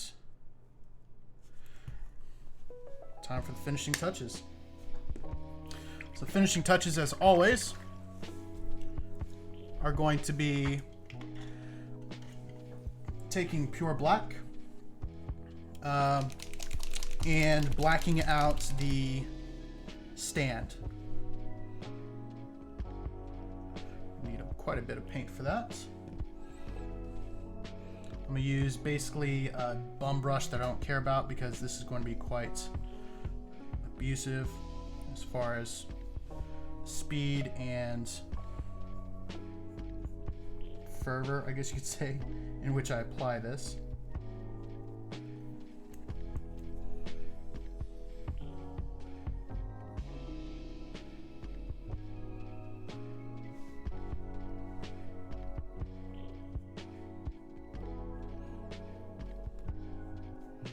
This step is just to kind of bring everything together. And again, the whole goal here is to bring attention to his face, to the leather that we did, to all of those awesome details, and to make everything else disappear. So the back of the bust, the stand, everything is going to be painted pure black so that we can, instead of bringing attention to our base, we bring attention to where we want our viewer's eyes to be drawn, and in this case it is his face and leather. So while this may seem like a useless step to some extent, it does have a lot of purpose and intentionality behind it.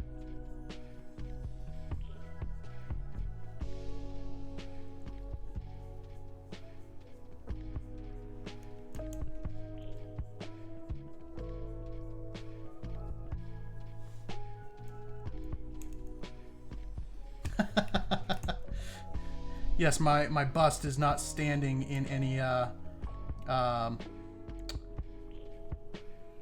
what do you call it? I can't even remember what it's called now. Whatever.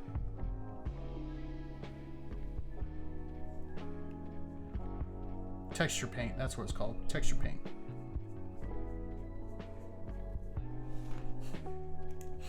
But I would just rebut and say, how can you tell? He has no legs. He could be standing in texture paint. You would just never know.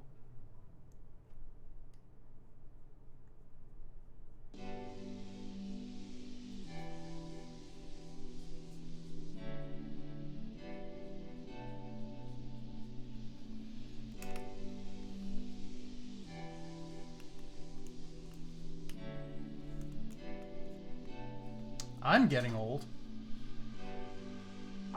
Why am I getting... Oh, right, because I couldn't remember.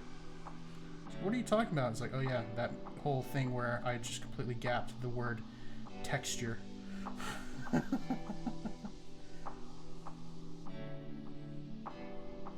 Ironic that the one who birthed me is calling me old. It's like, you realize by calling me old, you're calling yourself very old.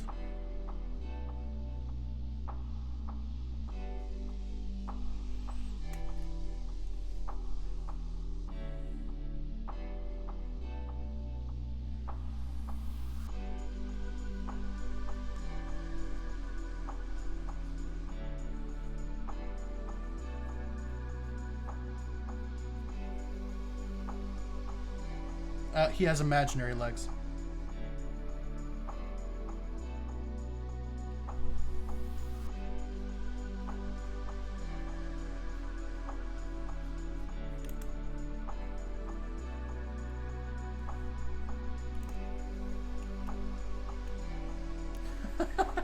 Yes, she always remembers the word texture specifically. She never has a problem remembering the word texture.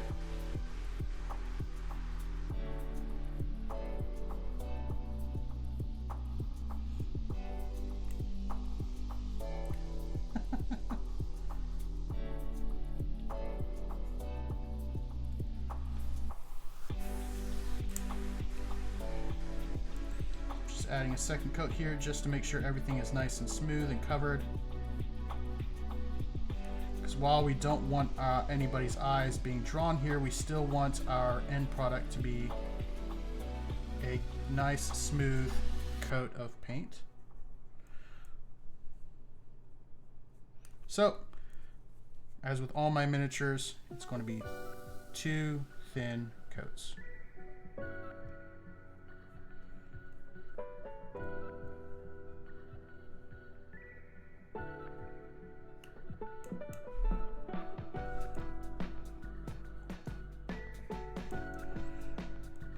Okay. Go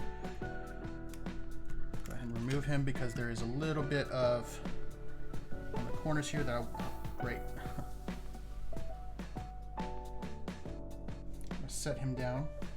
Wipe the paint that I just definitely got all over my hands. You got no legs, Lieutenant Dan.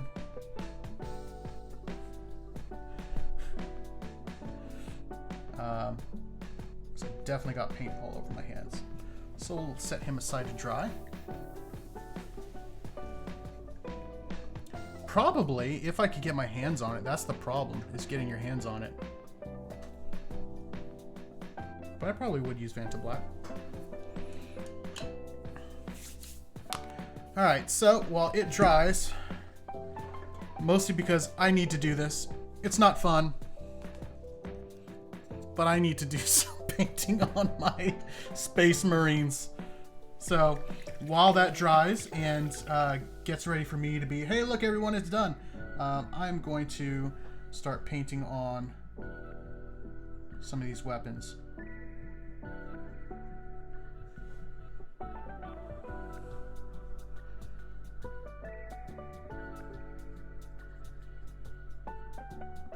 So for those of y'all who don't know what I'm doing right now, these are Space Marines for the game Warhammer 40K. It is a miniature war game, and this, I've got a squad of what are called intercessors. Primaris Intercessors, and they come on a sprue. So essentially, if y'all remember like the old car and plane models where they come on where you gotta cut out all the pieces and then glue them together and then paint them, well, these come the same way, except in order to do this, in order to play the game, it's very looked down upon to play with gray models, basically unpainted models.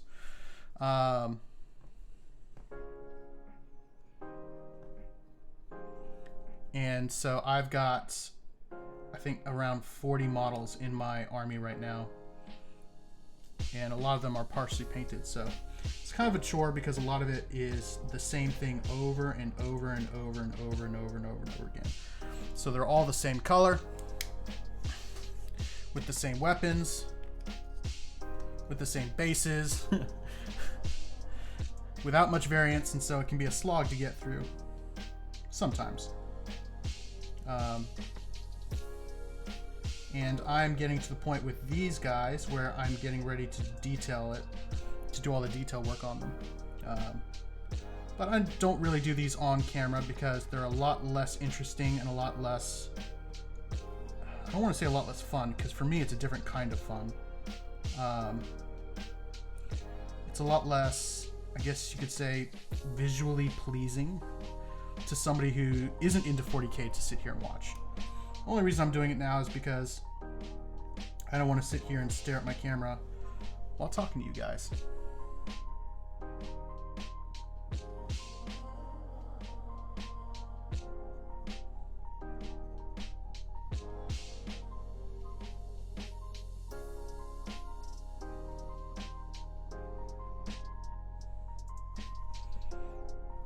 All right.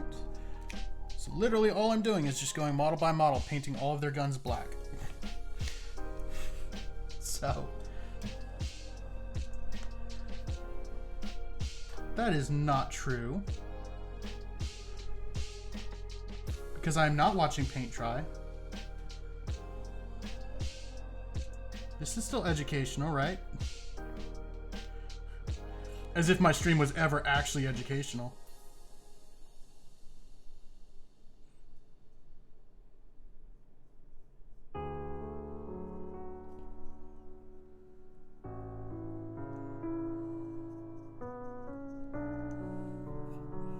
What's going on, Matt? How you doing, buddy?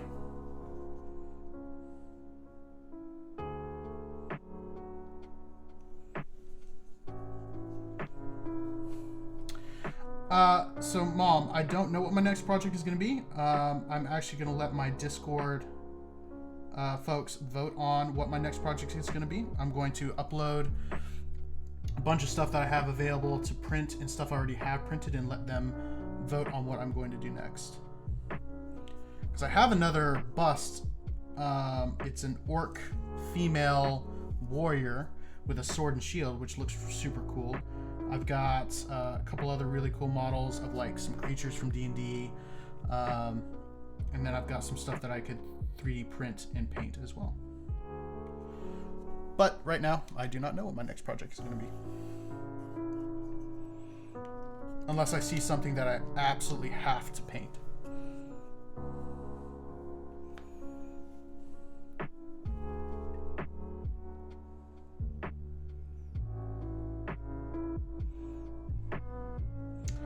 I hear you, man. I know you had a bit of a rough week there, so.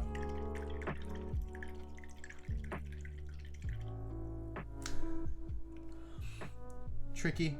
I'm glad I was able to teach you about fairies and dragons.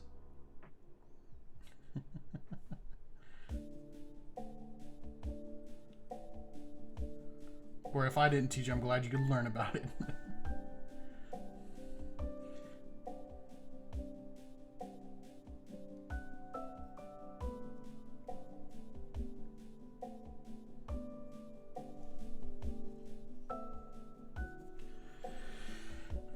Every time, Calico.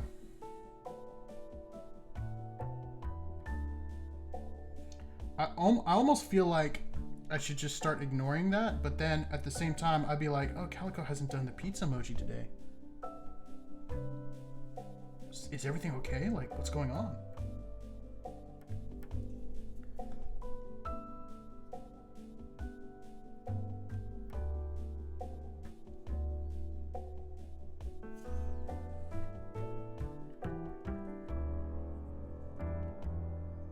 Also, official statement for all of humanity, pineapple on pizza is blasphemy.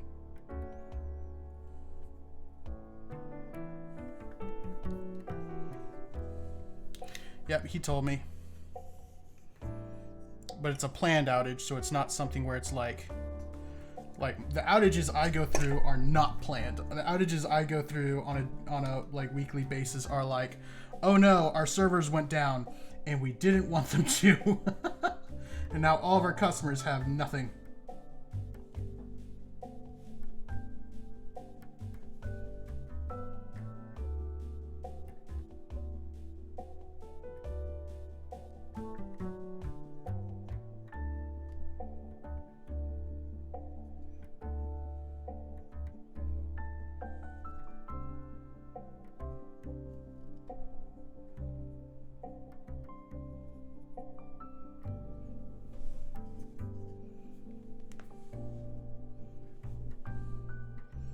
Thankfully, our company hasn't had an outage in like...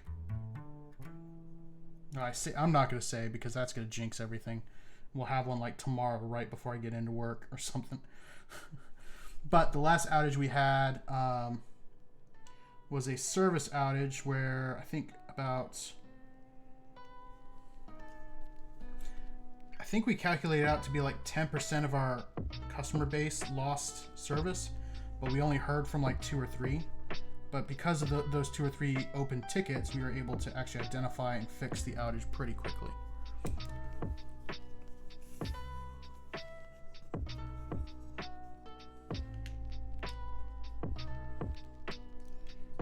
I mean, it kind of makes sense.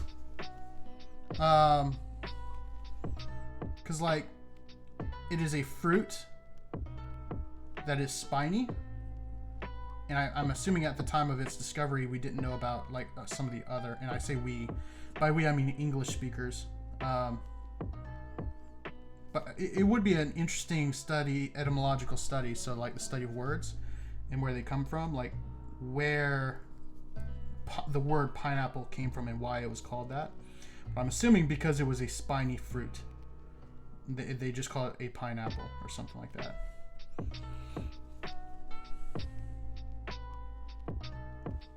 Because it does kind of look like a pine cone, if you think about it.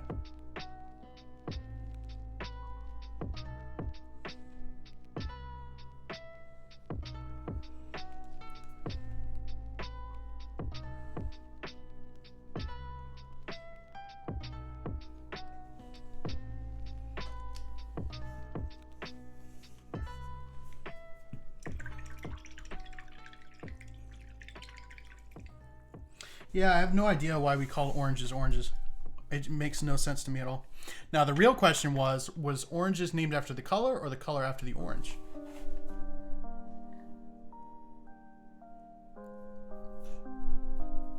That's the question. Yeah, I know, because, like, aren't pineapples actually roots? Or, like, the bottom of the plant or something like that? Because it's not actually, like, a fruit. Maybe I'm crazy and that has... literally the absolute most ignorant thing I've ever said, but I'm pretty sure that's the case.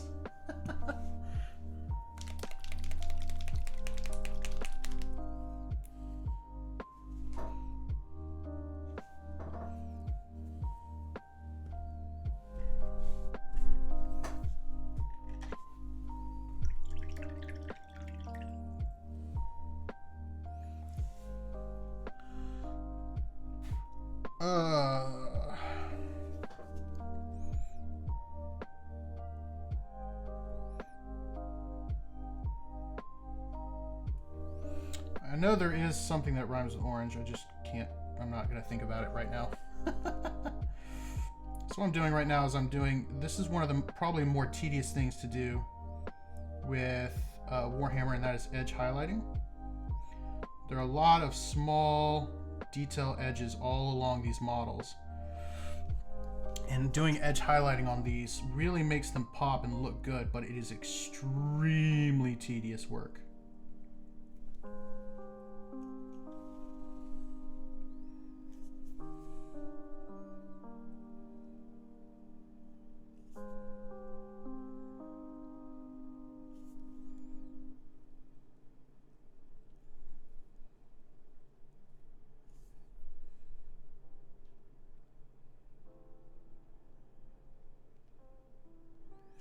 But it's one of those things like, I do it for the art. Not really, I do it because it looks cool.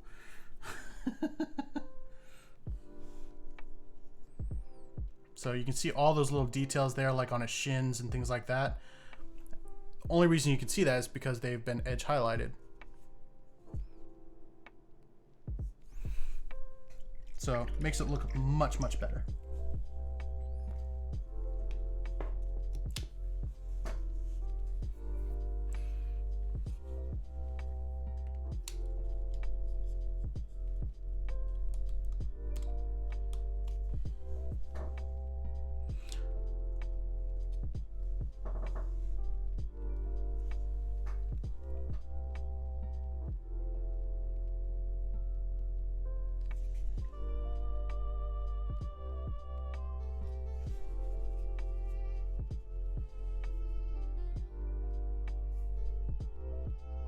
Actually, Mom, we have a lot of Canadians on our stream.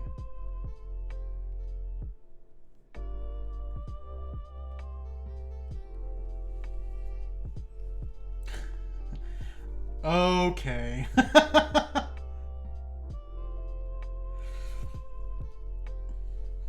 Look, Calico, just because you're jealous because America actually won our freedom away from the English.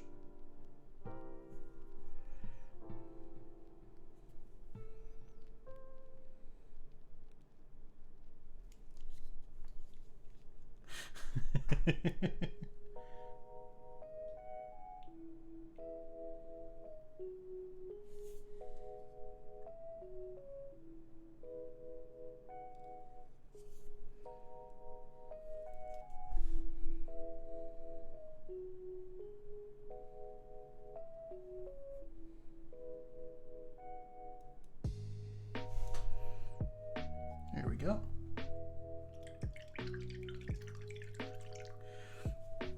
Hey, I'm all about my Scots, man. Y'all were definitely done a little bit wrong, historically speaking. So, but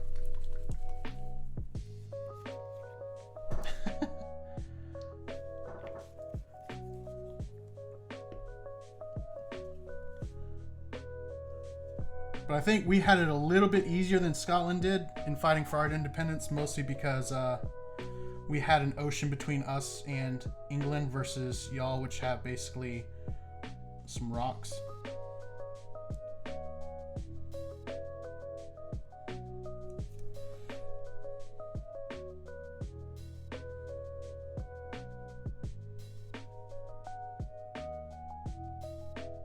So we kind of had a bit of an advantage in our fight for independence. Fair enough.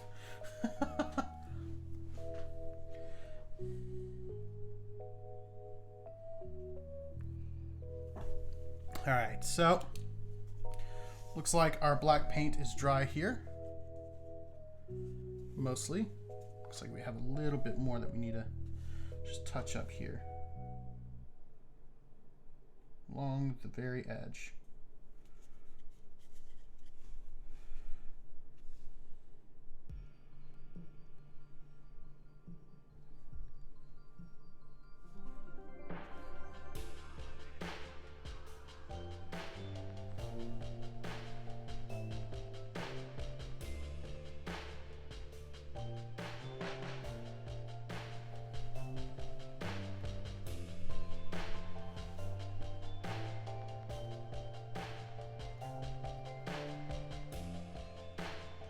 There we go. All right, y'all. I'm calling it. He is officially finished. I really like how he turned out. There are some spots where we had some good learning. Some first tries on some techniques on that hilts. Still not where I'd want it to be, but really don't want to sit here for 100 hours on a sword hilt. But it was good practice. I think he turned out really, really good. I'm super proud of how he turned out, especially the face and the necklace. Got some really good practice on leather texture as well. So that was awesome. But thank you all so much for joining me with this particular miniature. We're right at 2 hours now. So I'm gonna keep going with the Space Marines, because especially this sergeant here, I have a lot of work to do on his face, which we're gonna be using a lot of the same techniques. So while we're done, even though we're done that miniature, not gonna stop streaming just yet. We'll go ahead and work on this Space Marine sergeant's face. So we started off his skin tone with some tanned flesh. We're going to move on to our two next tones, which is Rosy Shadow and Barbarian Flesh. It's pretty much the recipe that I use for all my Space Marines faces, mostly because it works really, really well. Thanks, Mom. I really appreciate it. As always, by the way, and I'm going to say this again at the end, if you want to see some better photos of this particular bust, I'm going to post them on my Discord. Link is in the stream description. You can also do !Discord in chat and it will pop up there. But I'm going to post pictures there and in the Trials of Imagination server as always.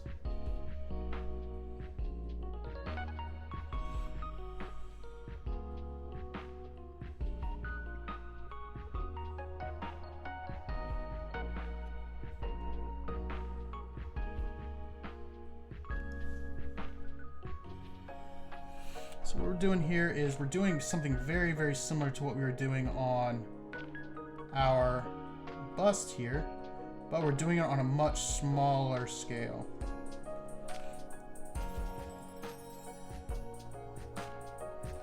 So a lot of the blends that we did on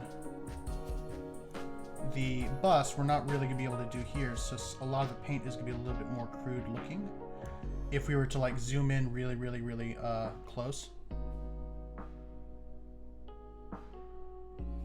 But we're going to take the same kind of principles that we were using with the bust. And we're going to do the same thing here.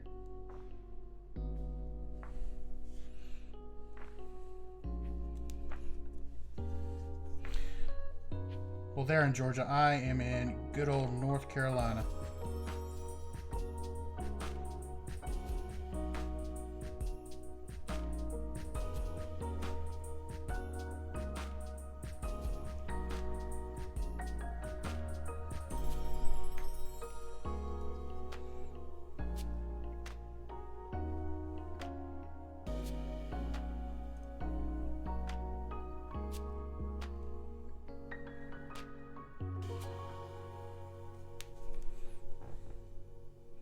Whew, my hands are shaking again. It's probably the one thing that it bothers me the most when I'm painting miniatures. I'm not sure why my hands shake. I'm not sure if it's like, I don't know, like some sort of like fatigue that my hands go through painting so much, but like every so often my hands will just start shaking like that, just for like a second or two. But it's really annoying.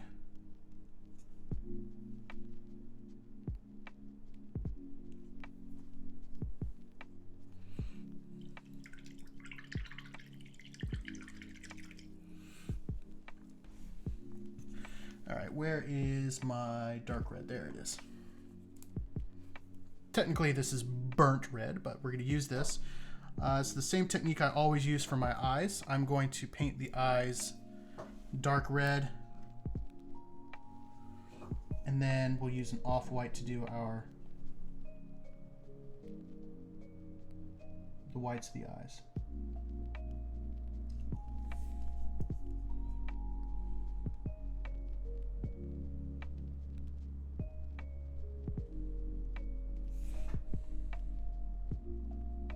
we will attempt to do a pupil, but we will not do an iris because I would probably just go absolutely crazy trying to do an iris on a miniature this small.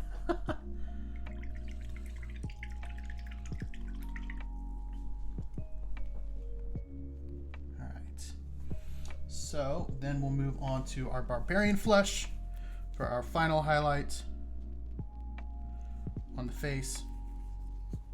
It's not really a lighter tone necessarily, but it is a brighter tone, if that makes sense.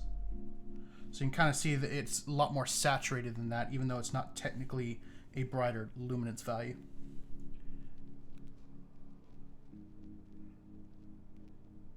Kind of gives a false highlight, if you will.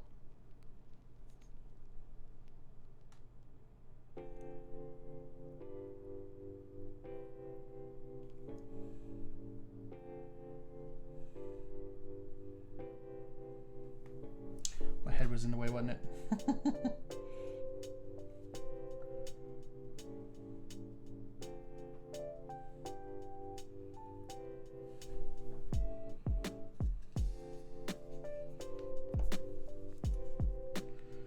Were you a military baby there?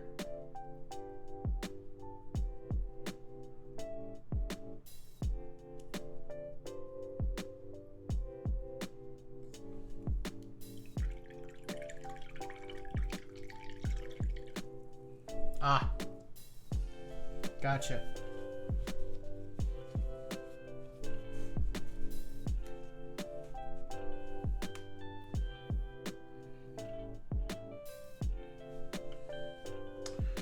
Where is my eye color? There it is. So I actually mixed up my own custom color for my eyes. It's a little bit of a dark tan. And the reason I use dark tan is, generally speaking, when I'm doing eyes, I'm also going to do a specular highlight. Which I'm not in this case, but it's still a nice color to kind of convey age and, I guess you could say, exhaustion. Since this guy's a soldier, I think it fits.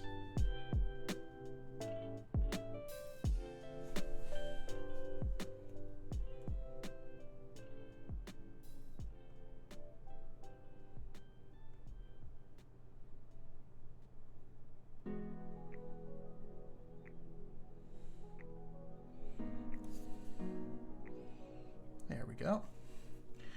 And lastly, the most nerve-wracking part of any eye, painting any eyes, the pupil.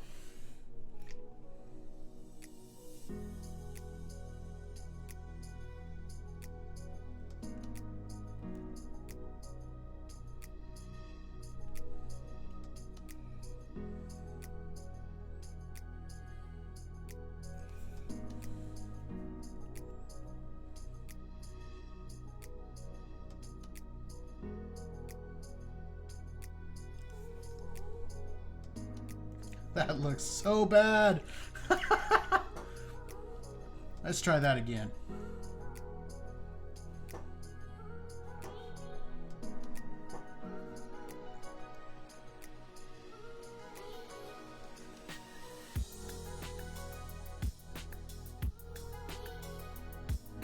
Let's use our magic eraser, i.e. paint. Let it dry and then try again.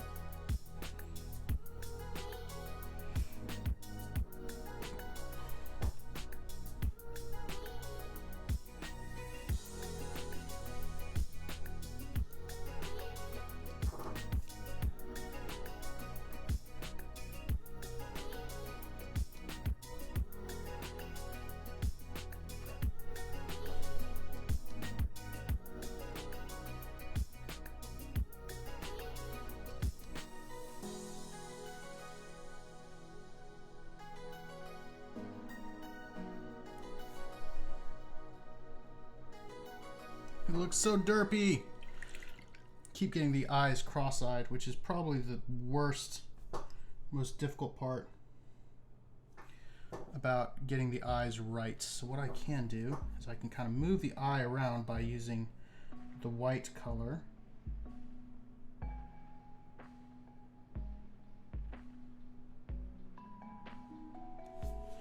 Covering up the part I don't want. That looks a lot better. So don't know how well y'all can see that, but we have pupils in his eyes now.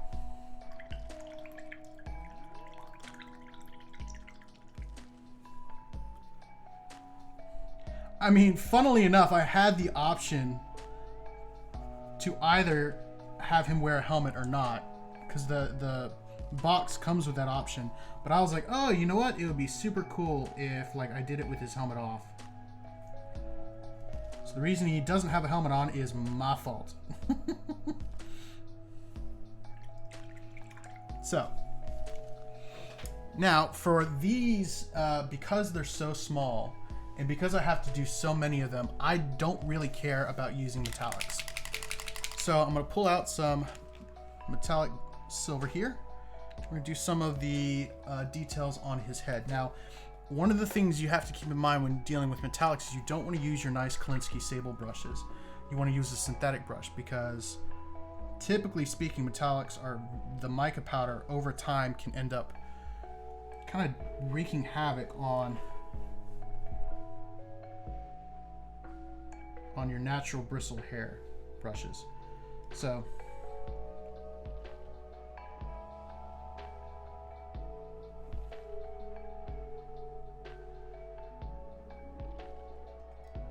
I typically use my synthetic brushes for my metallics.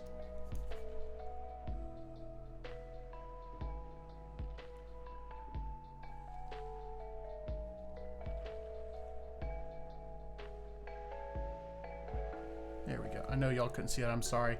But there's a couple little details on his head. He's got a couple little bumps on his head that needed metallics and things like that. So next we're going to take this same metallic and we're going to paint the barrels of each bolter rifle along with the magazines and a couple other details.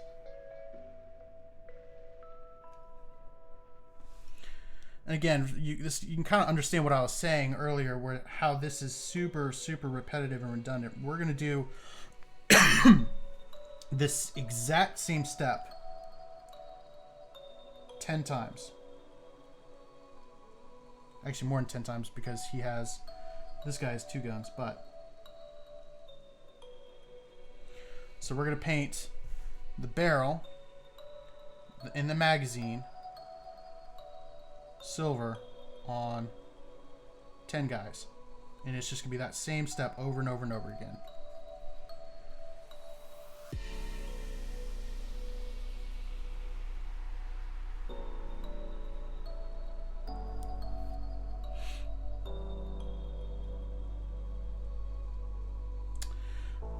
So on my larger models, I paint non-metallics because it's display miniature, so I want it to look good. And because of that, yeah, metallics will look good, but with non-metallics, you can mess with your lighting. So for instance, on the guy I just did, if I wanted the light source to be over one shoulder instead of right in front of him, then that is going to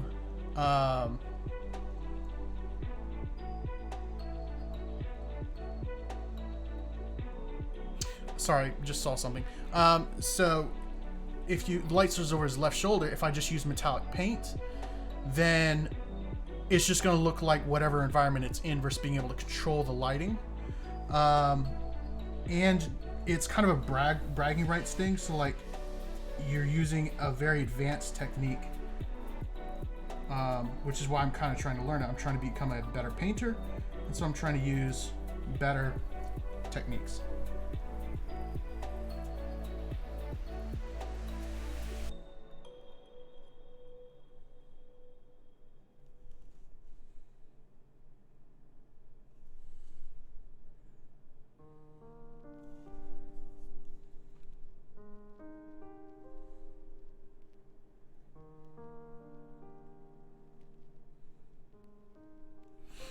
But like I mentioned, I'm not going to spend the time doing non-metallic metal on all of these models when I'm already having to do so much to them. Now, I have done some competition Marines, and on those, I absolutely have done non-metallic metal.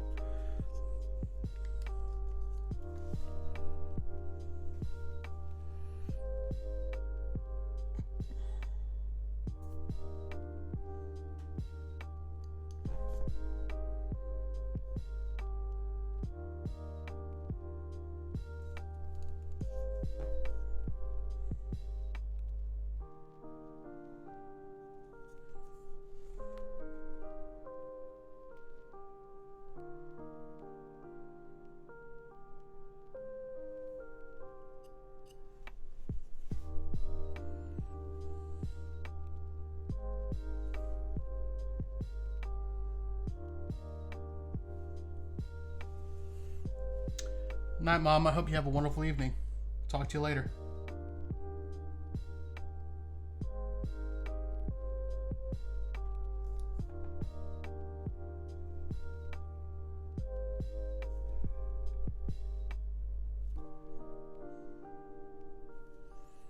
It's like, what, 3 a.m. in Scotland right now?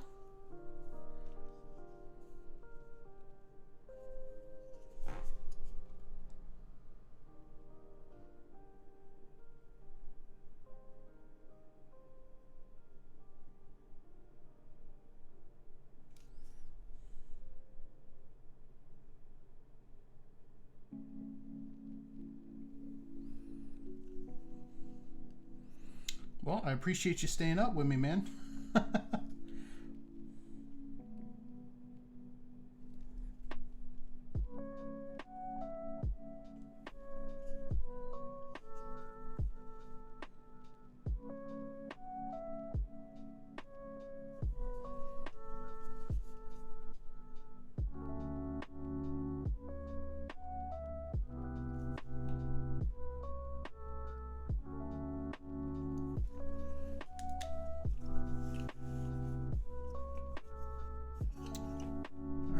Well,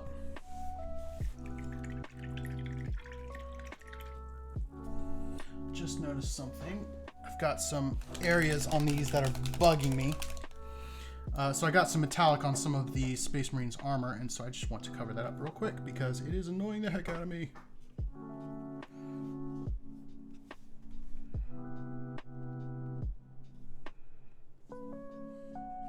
What's great about using the same paint every single time is if you make a mistake, it's really easy to correct it.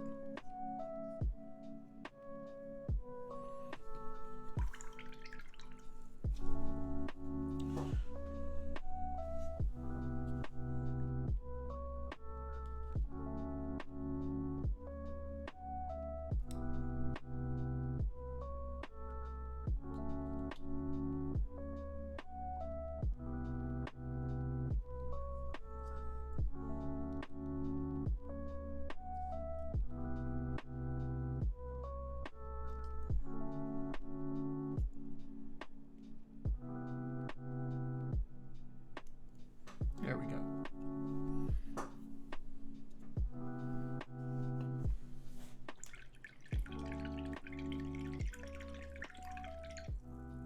I feel you, man. Well, I hope that my stream brings you mental peace and you're able to go to sleep and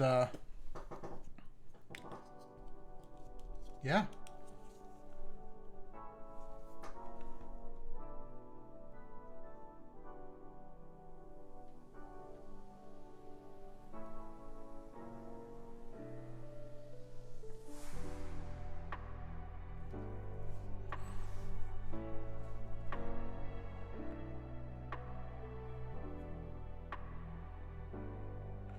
I think this is the first time where I've actually hoped that my stream would actually put somebody to sleep.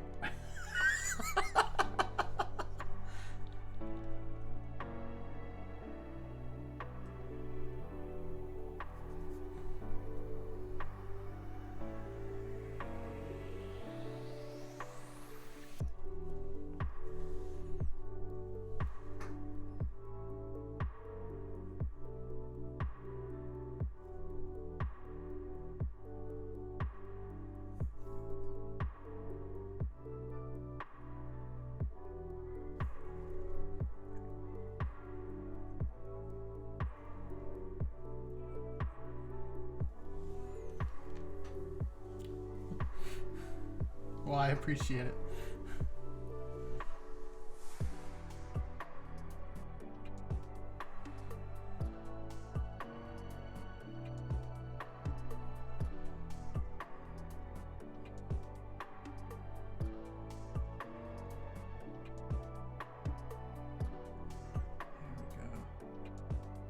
I love these flying skulls on the sides of their rifles. They look so dope.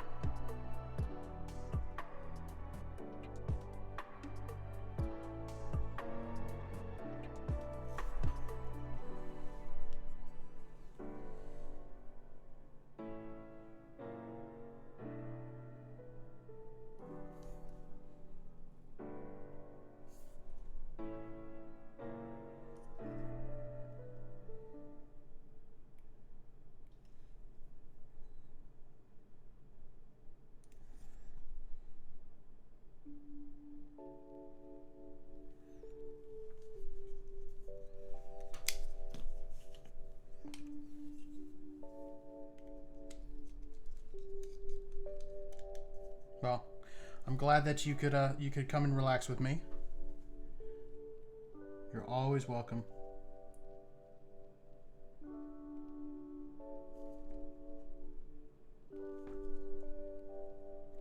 And if you have any questions about D&D or anything like that, I'd be more than happy to help.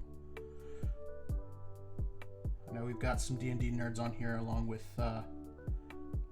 me, so they'd be happy to answer any questions as well.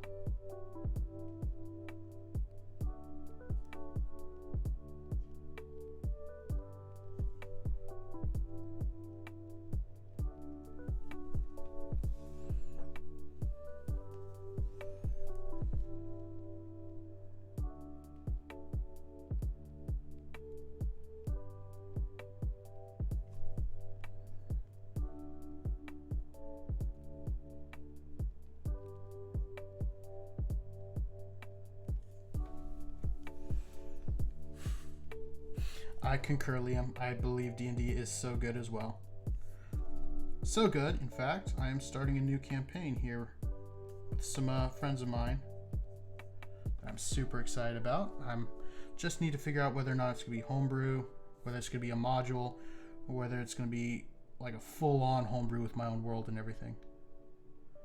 Just got to figure out what to do, because I do have a world that I built, at least a map.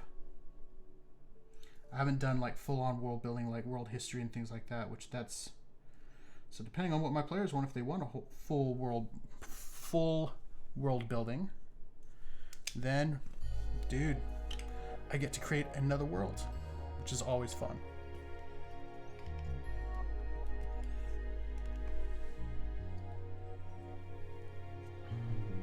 I think my favorite part about homebrew is creating my own world, because like you can think about like the history of this world that you're creating. Like one world, like I created like it was essentially humans and this one other not race but like species, I guess you could call them, called the Faldarians, and they hated the humans, but and I wanted that to be as part of like the central basis of the campaign.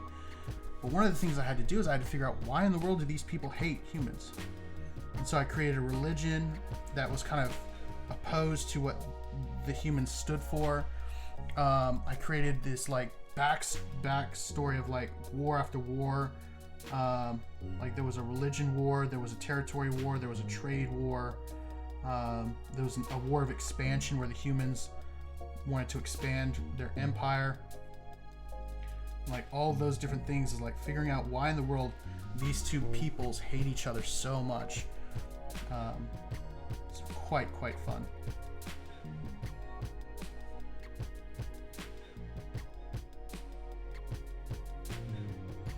And so that was kind of the basis of the basis of the campaign. Was my players were in Faerun, which is kind of the main continent in D&D, and they were like portaled to this other world, so they had no idea what was going on. All they knew was there were these two peoples at war, and they had to figure out which side they were on. They had to figure out why they were on that side, and they were being pulled in multiple directions. It was really, really quite fun.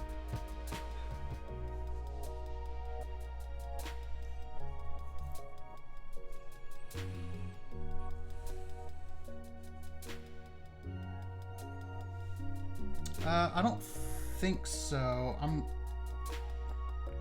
ashamed to say I don't watch too many streams, even though I am a streamer myself. Pretty much just watch some of like my friends stream D&D, and then of course like some of the bigger D&D streams like Critical Role, Dimension 20, stuff like that. Although Dimension 20 is not really a stream, it's more of a show.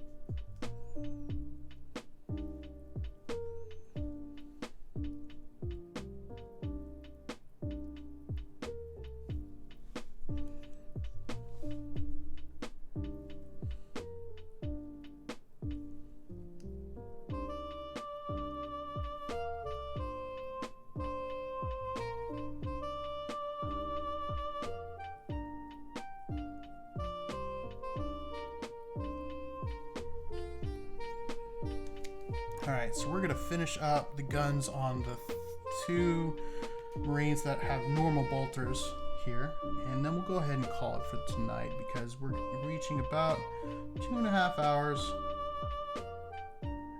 and at this point I'm just doing the exact same thing over and over and over again, so which is the life of any Warhammer person. Actually, that's something interesting I could talk about. I actually won my first Warhammer game the other day. It was a 1,000-point game against orcs, and he actually destroyed most of my units, but I was able to beat him on points, which is really what matters in 40k. So that was exciting.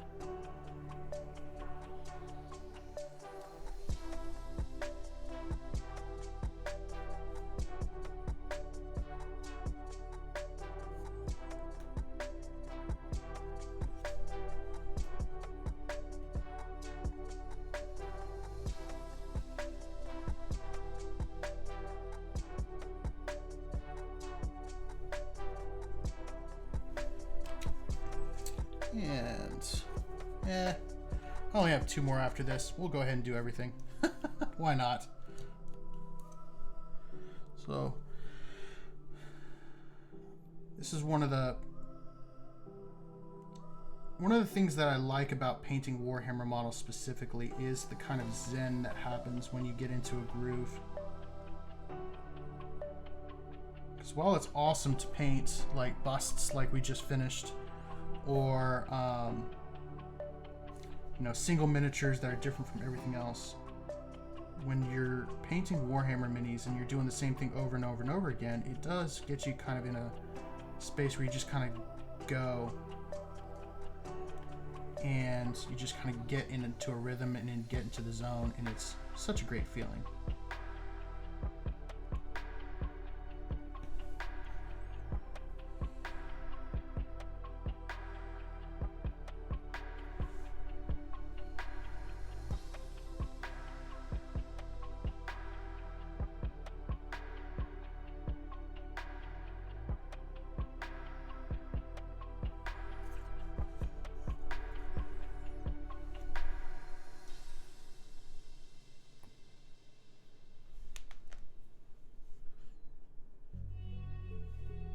Appreciate it.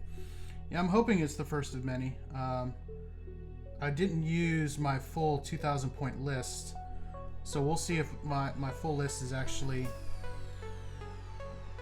good enough. The 1,000 point list worked well enough together, so we'll see.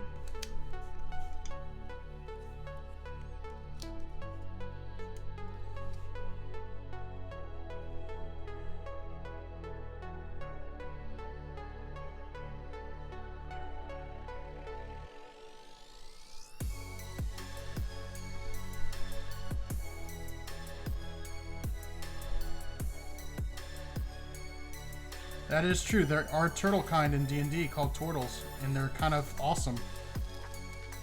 Because of their shell, they have a really good what's known as armor class, so basically you're a lot harder to hit than normal because of your shell.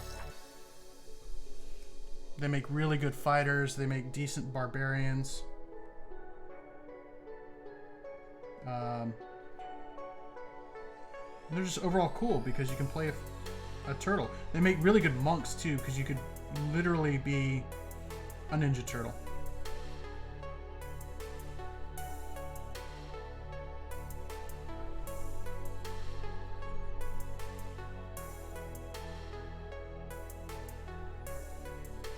And who wouldn't want to be a ninja turtle?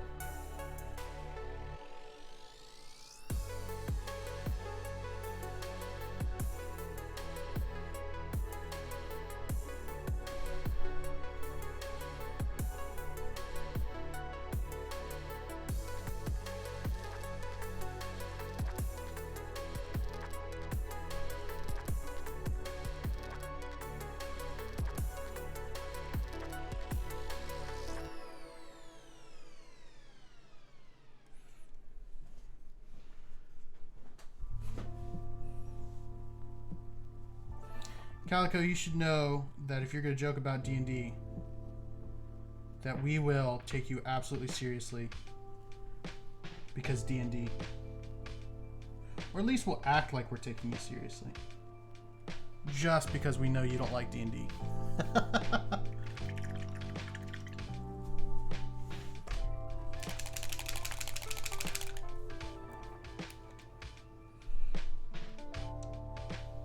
a little bit of copper here for my... These things have got little grenades on his... whatchamajigit, strap here, and then some exposed rounds in this drum mag. Go ahead and give those a nice copper tone.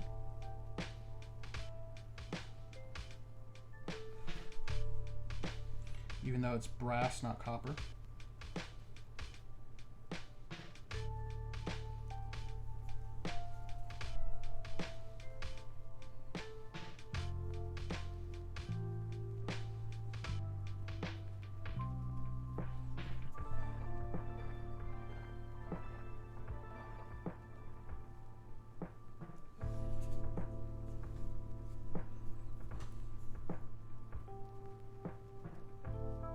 We'll actually end up adding a wash to these because there's some really cool detail. Like you can even see on the back, you can see the primer on each round of ammunition, which is really, really cool.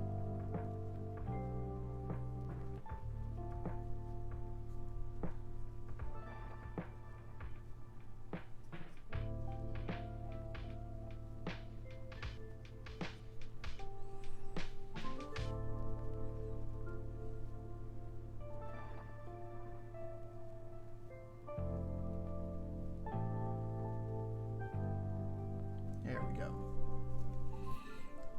All right, and now, last but not least, our last heavy gunner. Technically, it's not a heavy gunner. Technically, it is a auto bolter with a grenade launcher underslung.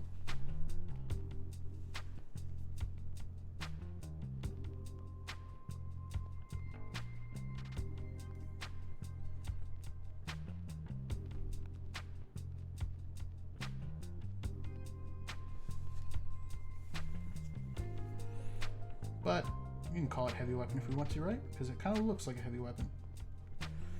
Even though it doesn't act like a heavy weapon in game.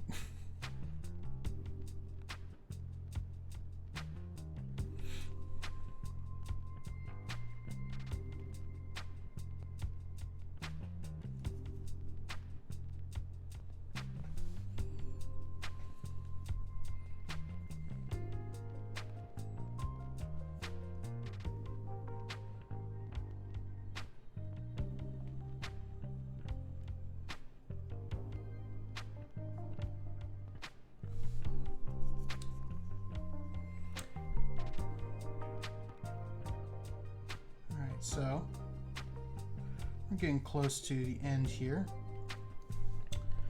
I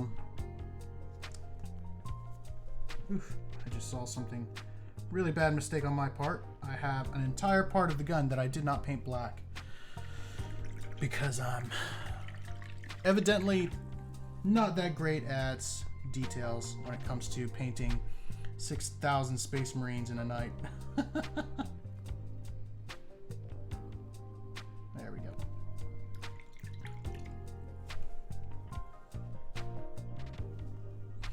Back to our metallics. We'll do this little I kind of know what this is, but I'm not going to say it out loud just in case it's not.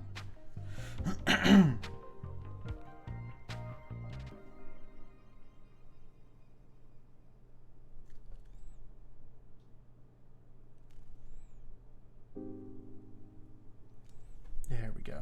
All right. So to the finishing touch of adding our copper on our bullets here.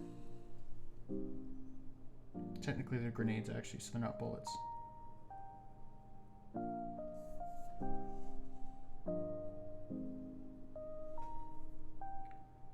A little too much paint in here, but that's okay. I can grab it. Pull it off.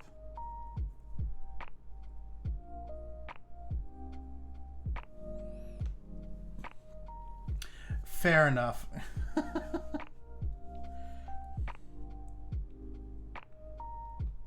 Unless you're a nerd, and then somebody is bound to say, actually.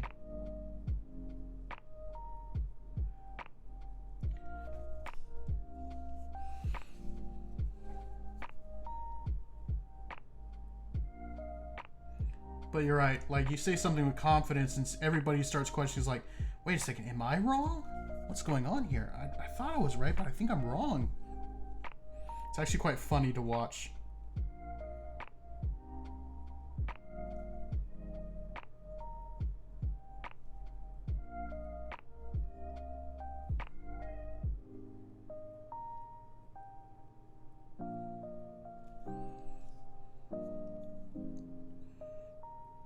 Sweet. All right, well, basically all I have left to do on these Space Marines are their eyes, all the leather bits, and I will paint the bases black, and then we'll be done. But for the stream, we are at 2 hours and 40 minutes, so I think we're done for tonight.